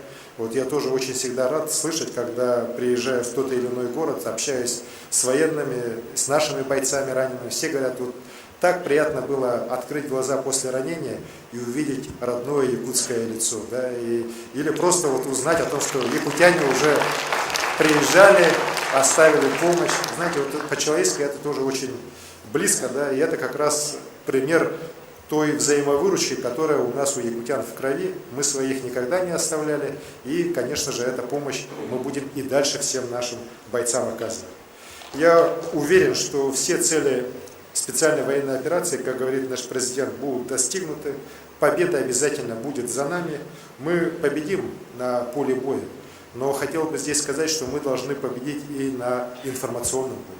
В той информационной войне, которую Запад ведет против нас, ведет уже, как мы сейчас понимаем, уже много лет, но сейчас это стало просто уже чисто видно невооруженным глазом. Эта война направлена на то, чтобы подорвать нашу страну изнутри, уничтожив наше единство. И здесь, конечно, друзья, мы не должны дать врагу овладеть умами и нашего молодого поколения, наших детей, потому что именно на это вот сейчас направлены их силы. Я уверен, что вот в формате форума обсуждалось и будет обсуждаться, как нам противостоять современным проявлениям фашизма, попыткам навязать неоколониализм, как оградить будущее поколение от фальсификации истории. Здесь нам самое главное, важно во весь голос, не боясь выразить собственное мнение и все вместе дать достойный отпор врагам. В этот ответственный момент я прошу вас всех, вот, участников форума, когда вернетесь домой, в районы, в свои предприятия, учреждения, в свои семьи, в школы, вдохновляйте наше подрастающее поколение, вдохновляйте всех жителей республики идеями патриотизма, сохранения наших традиционных российских ценностей. Ведь главная сегодня наша задача – это нацелить каждого жителя Якутии на единство в достижении нашей общей большой победы. Сейчас само время наделило нашу страну правом вновь на себя возложить миссию освободителя мира от фашизма. Мы в ответе перед будущими нашими поколениями. Если мы не решим сейчас вот эту проблему, которая возникла с украинским фашизмом, то ведь она останется нашим детям, внукам, правнукам. Поэтому мы, россияне, сегодня взяли на себя ответственность направить человечество к миру, создать и расширять антифашистское движение, бесповоротно искоренить идеи фашизма. Друзья, будем же достойны памяти наших бойцов и той Великой войны, и специальной военной операции. И мы обязательно еще раз должны заявить на весь мир. Наше дело правое, победа будет за нами, враг будет разбит. Спасибо. Начинаем церемонию вручения наград. Указ президента Российской Федерации.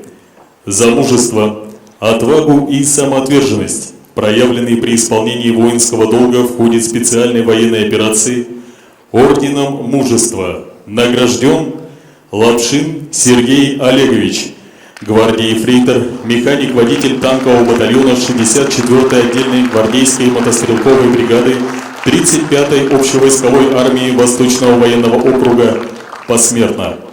Орден и удостоверение к нему передаются матери героя Арбугиной Галине Альбертовне.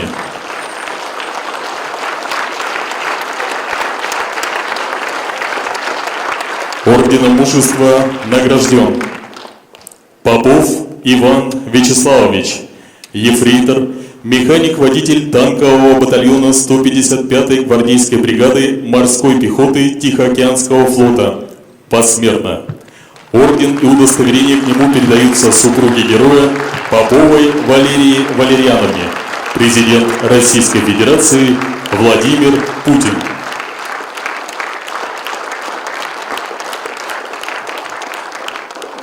Распоряжение главы Республики Саха-Якутия.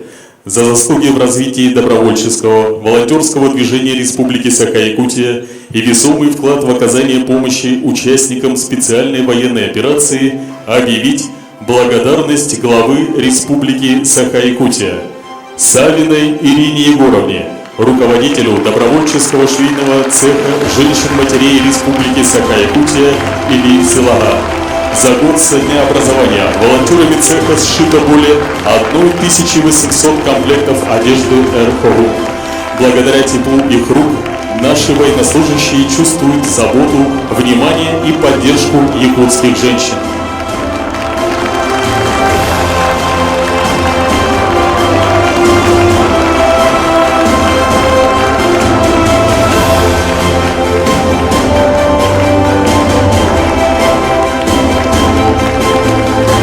За активную и плодотворную работу по информационному освещению событий в зоне специальной военной операции Хавренко Александру Викторовичу, военному корреспонденту Государственного бюджетного учреждения Республики Саха-Якутия Национальная вещательная компания «Саха», глава Республики Саха-Якутия Айсер Николаев.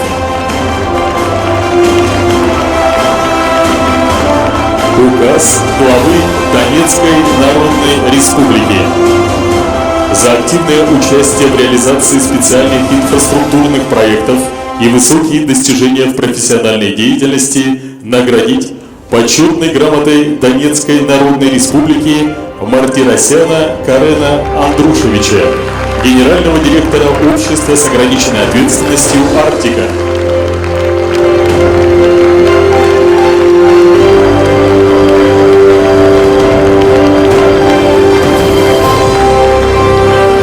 Наградить почетной грамотой Донецкой Народной Республики Чикачева Виталия Семеновича, генерального директора Государственного унитарного предприятия Жилищно-коммунальное хозяйство Республики Саха-Якутия, глава Донецкой Народной Республики Денис Пушилин.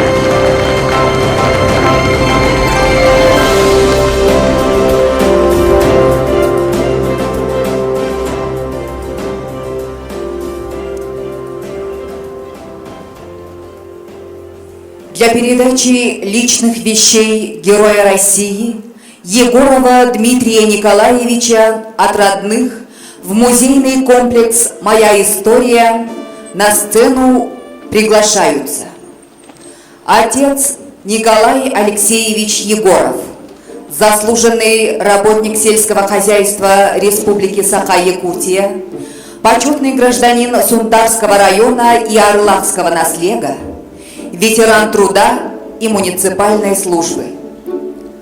Супруга Надежда Алексеевна, сыновья Николай и Владимир, брат Алексей Николаевич, сестры Полина Егоровна, Ольга Николаевна, племянник Николай Юрьевич, директор автономного учреждения Республики Саха-Якутия, музейный комплекс «Моя история» Дмитрий Иванович Соловьев.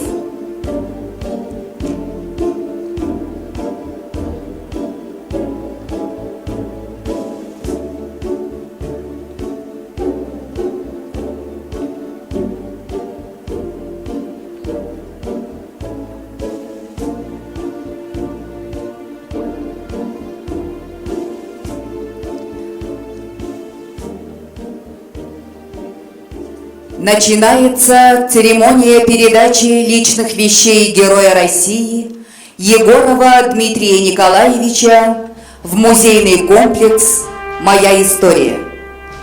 Передается портрет Героя России Дмитрия Николаевича Егорова. Медаль Героя России.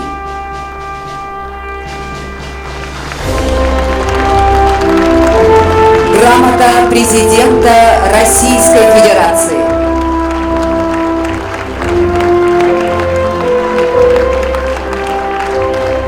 Бронежилет и шлем.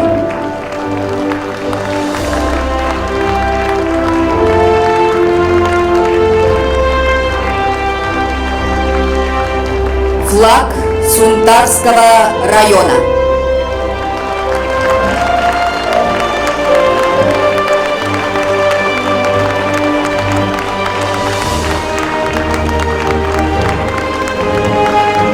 Слово предоставляется отцу Героя России Николаю Алексеевичу Егорову.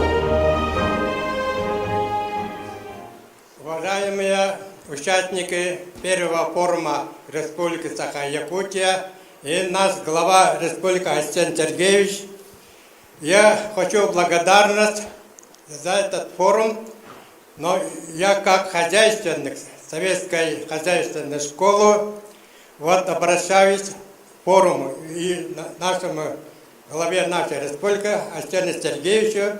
Все это наши защитники Отечества, участники СУВО воспитываются, закаляются в учебных заведениях нашей школы. Один из этих школ и заведений является Сунтарский политехнический колледж. Там выпускники из 4 героев России с Якутии, 2 выпускника этого училища, колледжа. В том числе это мой сын Дмитрий Егоров. Как я виновник, по-моему, в далекой 94 году, когда я работал, в то время был профессиональное техническое училище номер 23, там работал директором и дал согласие издания каменного здания мастерского под гранильный завод, и дал согласие. С тех пор этот корпус является учебным корпусом, а мастерская, которая строится в 60-х годах, уже вышел из строя, поэтому от коллектива этого учебного заведения и от самого себя вручаю обращение этого коллектива и книгу, которая исполняется 55 лет. Много говорить не буду. Разрешите вручить это обращение и юбилейную книгу.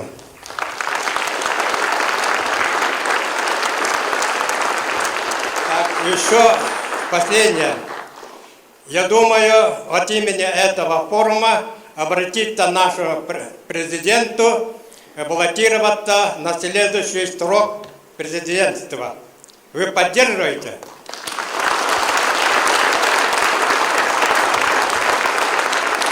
Уважаемый Николай Алексеевич, уважаемые родные Дмитрия Егорова, нашего героя.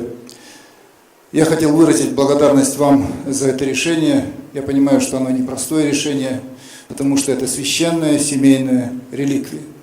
Но сегодня эта реликвия становится нашим всеобщим достоянием, и мы сделаем все, чтобы представить ее достойно в новой экспозиции, о которой заявил Арсений Сергеевич.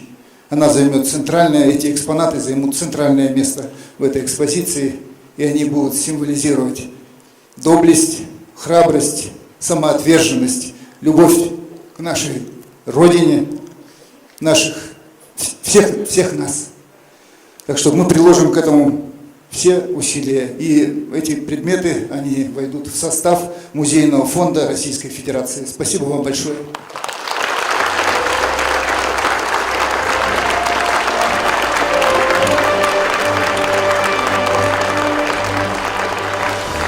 Дмитрий Николаевич Егоров в качестве добровольца участвовал в специальной военной операции в должности стрелка 155-й гвардейской отдельной бригады морской пехоты Тихоокеанского флота.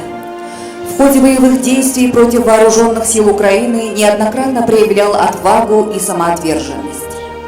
Указом президента Российской Федерации от 9 октября 2023 года за мужество и героизм, проявленные при исполнении воинского долга, гвардии рядовому Егорову Дмитрию Николаевичу присвоено звание Героя Российской Федерации посмертно.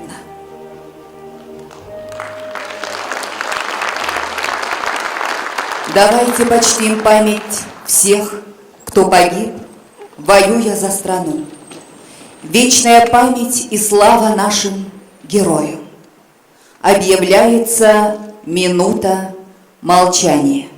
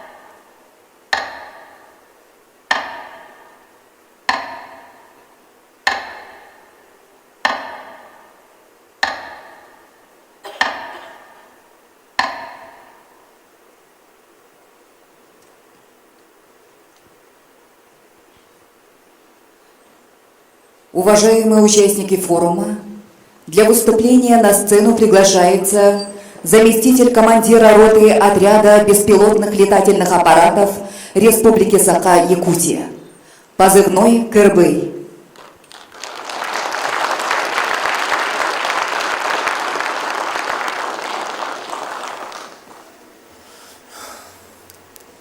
Хочу поприветствовать всех, кто собрался здесь, на этот первый республиканский форум. И хочу зачитать обращение участников первого республиканского антифашистского форума президенту Российской Федерации. Уважаемый президент Российской Федерации Владимир Владимирович Путин, мы, представители народа многонациональной республики, воспитанные подвигом и героизмом наших дедов, прадедов, родителей и всего российского народа в ратных трудовых свершениях, склоняем голову перед памятью жертв чумы 20 века фашизма. Да, сегодня мы живем и трудимся в непростой ситуации, когда, казалось бы, навсегда стертый с планеты Земля в 1945 году фашизм снова поднимает голову и пытается угрожать оружием миру. Потому в едином строю мы с соратниками, патриотами, с народами России и мира противостоим коричневому злу и боремся за его уничтожение. Наш девиз «Помним о прошлом, думаем о будущем» обретает новое звучание и смысл. Уважаемый Владимир Владимирович, наша республика активно поддерживает тех, кто выполняет свой воинский долг перед Родиной на специальной военной операции. Населением, руководством республики оказана финансовая, материальная, техническая помощь на более чем 1,5 миллиарда рублей. Наши матери вовлечены в обеспечение военнослужащих теплой одеждой, другим снаряжением, а наши отцы с активами сел и городов делом помогают солдатским семьям. Мы гордимся тем, что наша страна первой подняла карающий меч возмездия против поднимающего голову на западе фашизма. И нет ни малейшего сомнения в том, что Россия объединит народы и страны ради победы над врагом человечества. Обращаясь к вам, соотечественники, молодежь страны, мы, участники форума, возлагаем на себя неукоснительные обязательства. Обязуемся, как зеницу ока, беречь живую память о историческом героизме нашего народа, воспрепятствовать любой фальсификации судьбоносных для нашей страны событий. В эти дни страна отмечает знаменательные даты ряда величайших событий Великой Отечественной войны. Разгром немецко-фашистских войск в Сталинградской и Курской битвах, прорыв блокады Ленинграда. Эти и другие победы укрепляют нашу уверенность в том, что и в этот раз Россия вновь освободит мир от угрозы фашизма. Мир вновь выучит уроки мирного существования народов и государств. Мы, участники форума по возвращению в родные села и города, учебные заведения и трудовые коллективы, обязуемся проводить среди подрастающего поколения и населения республики целевые мероприятия патриотической направленности, разнесительную работу по сохранению исторической правды и традиционных духовных и нравственных ценностей российского общества. Для достижения поставленных стратегических задач мы опираемся на незыблемую поддержку главы Республики Саха-Якутия Арсена Сергеевича Николаева, на общественные институты граждан, на активную позицию каждого жителя нашей многонациональной республики. Сегодня мы непоколебимо и гордо заявляем во весь мир: победа будет за нами!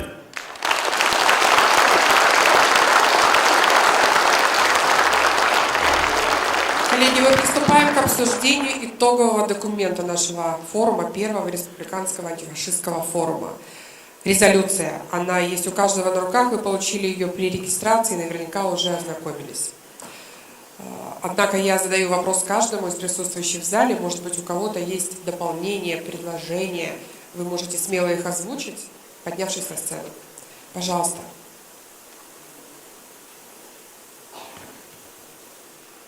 Коллеги, предложения в резолюцию.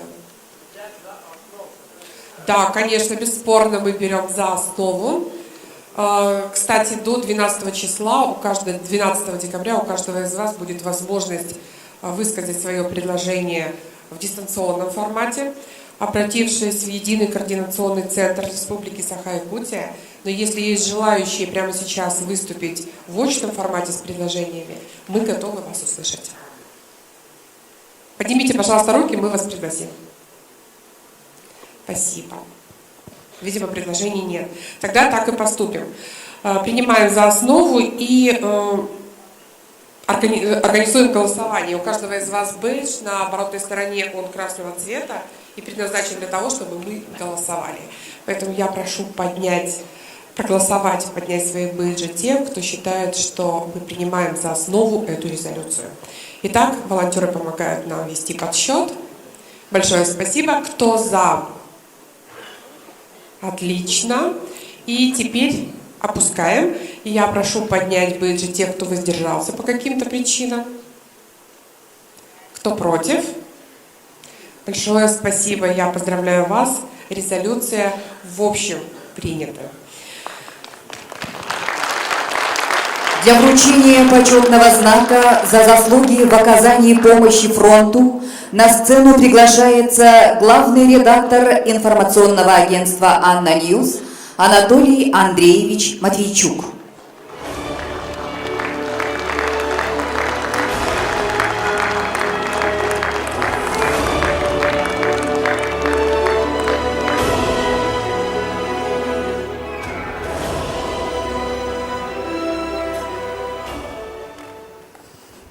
Приветствую всех участников форума. Хотел бы сказать, что в это тяжелое для нашей Родины время мы как никогда едины в своем решении наказать эту гадину, я имею в виду украинский национализм, фашизм, завершить эту операцию победой и приступить к мирному созиданию и дальнейшему процветанию нашей великой страны России.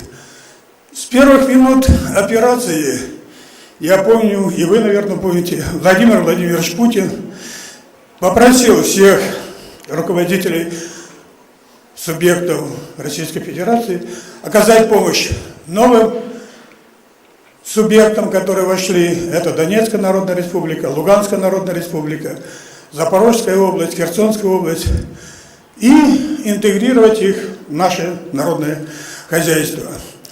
Информационное фронтовое агентство «Анна Ньюс» организовало рейтинг регионов. И вот сегодня я хотел бы вам сказать о том, что в лидерах субъектов, которые наиболее полно помогают новым регионам, помогают бойцам, участвующим в специальной военной операции, числится Республика Саха-Якутия и ее руководитель Айсен Сергеевич. За личный вклад в интеграцию Донецкой и Луганской народных республик, Херсонской и Запорожской областей в состав Российской Федерации, за оказание материальной и технической помощи согражданам и за значительные усилия на улучшение качества жизни жителей новых регионов почетным знаком «Щит Отечества» награждается глава Республики Саха-Якутия Айсен Сергеевич Николаев.